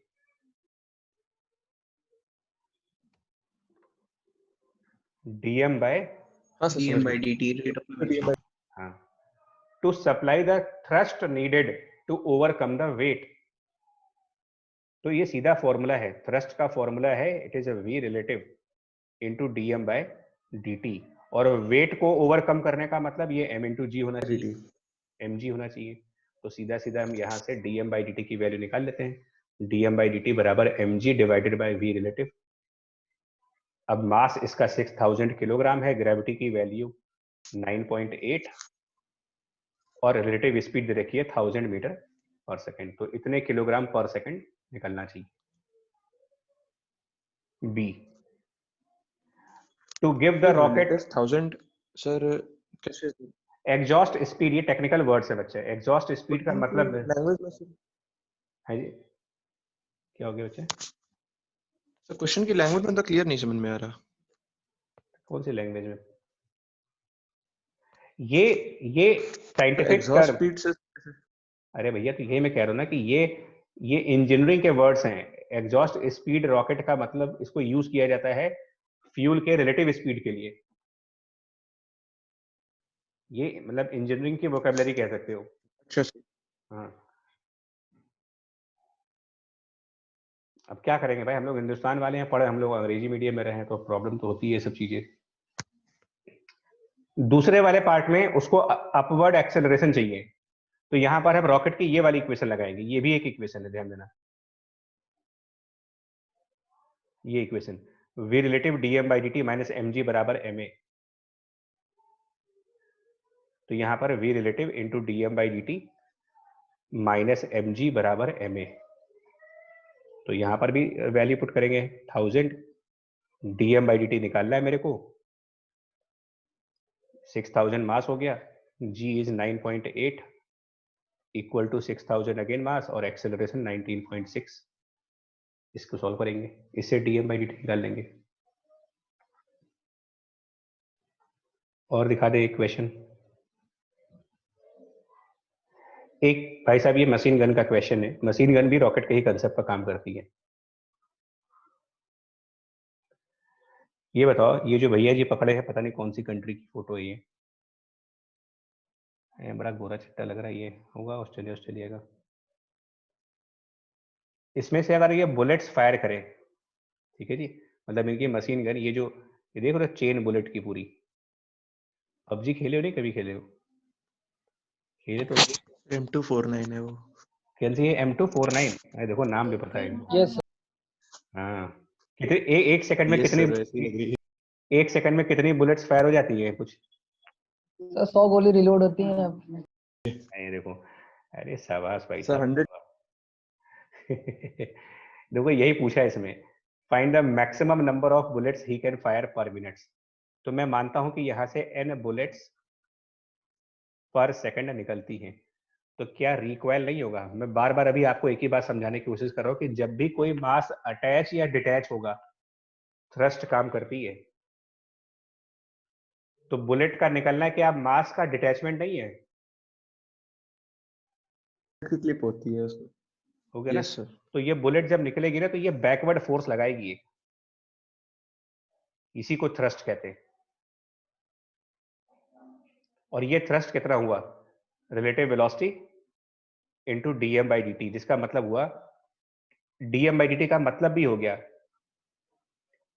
फायरिंग स्पीड हो जाएगी। How much mass is lost in 1 second.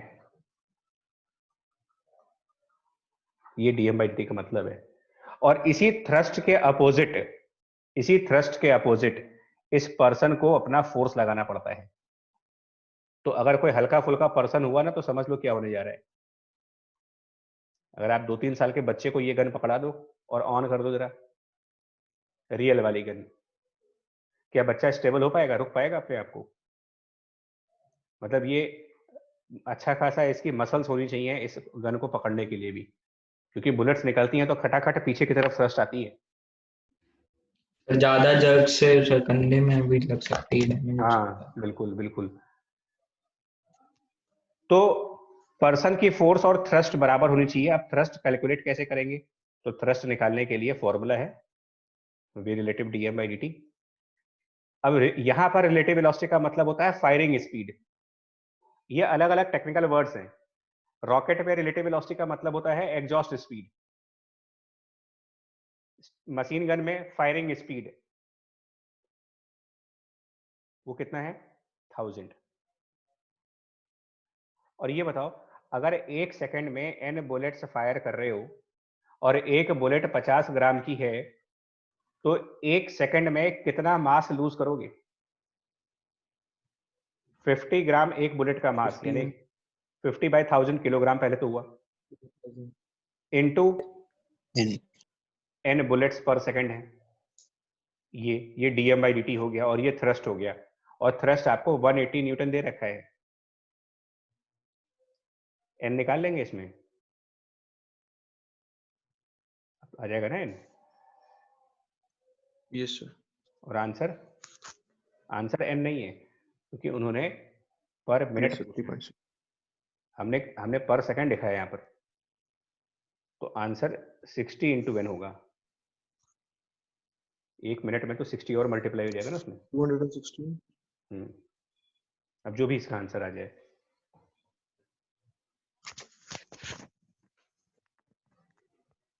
ठीक है जी बच्चा लोग, समझ गए यस सर। सर। यस एक मैं आपको हिंट मतलब कराऊंगा नहीं, ये HCV का 57 क्वेश्चन है,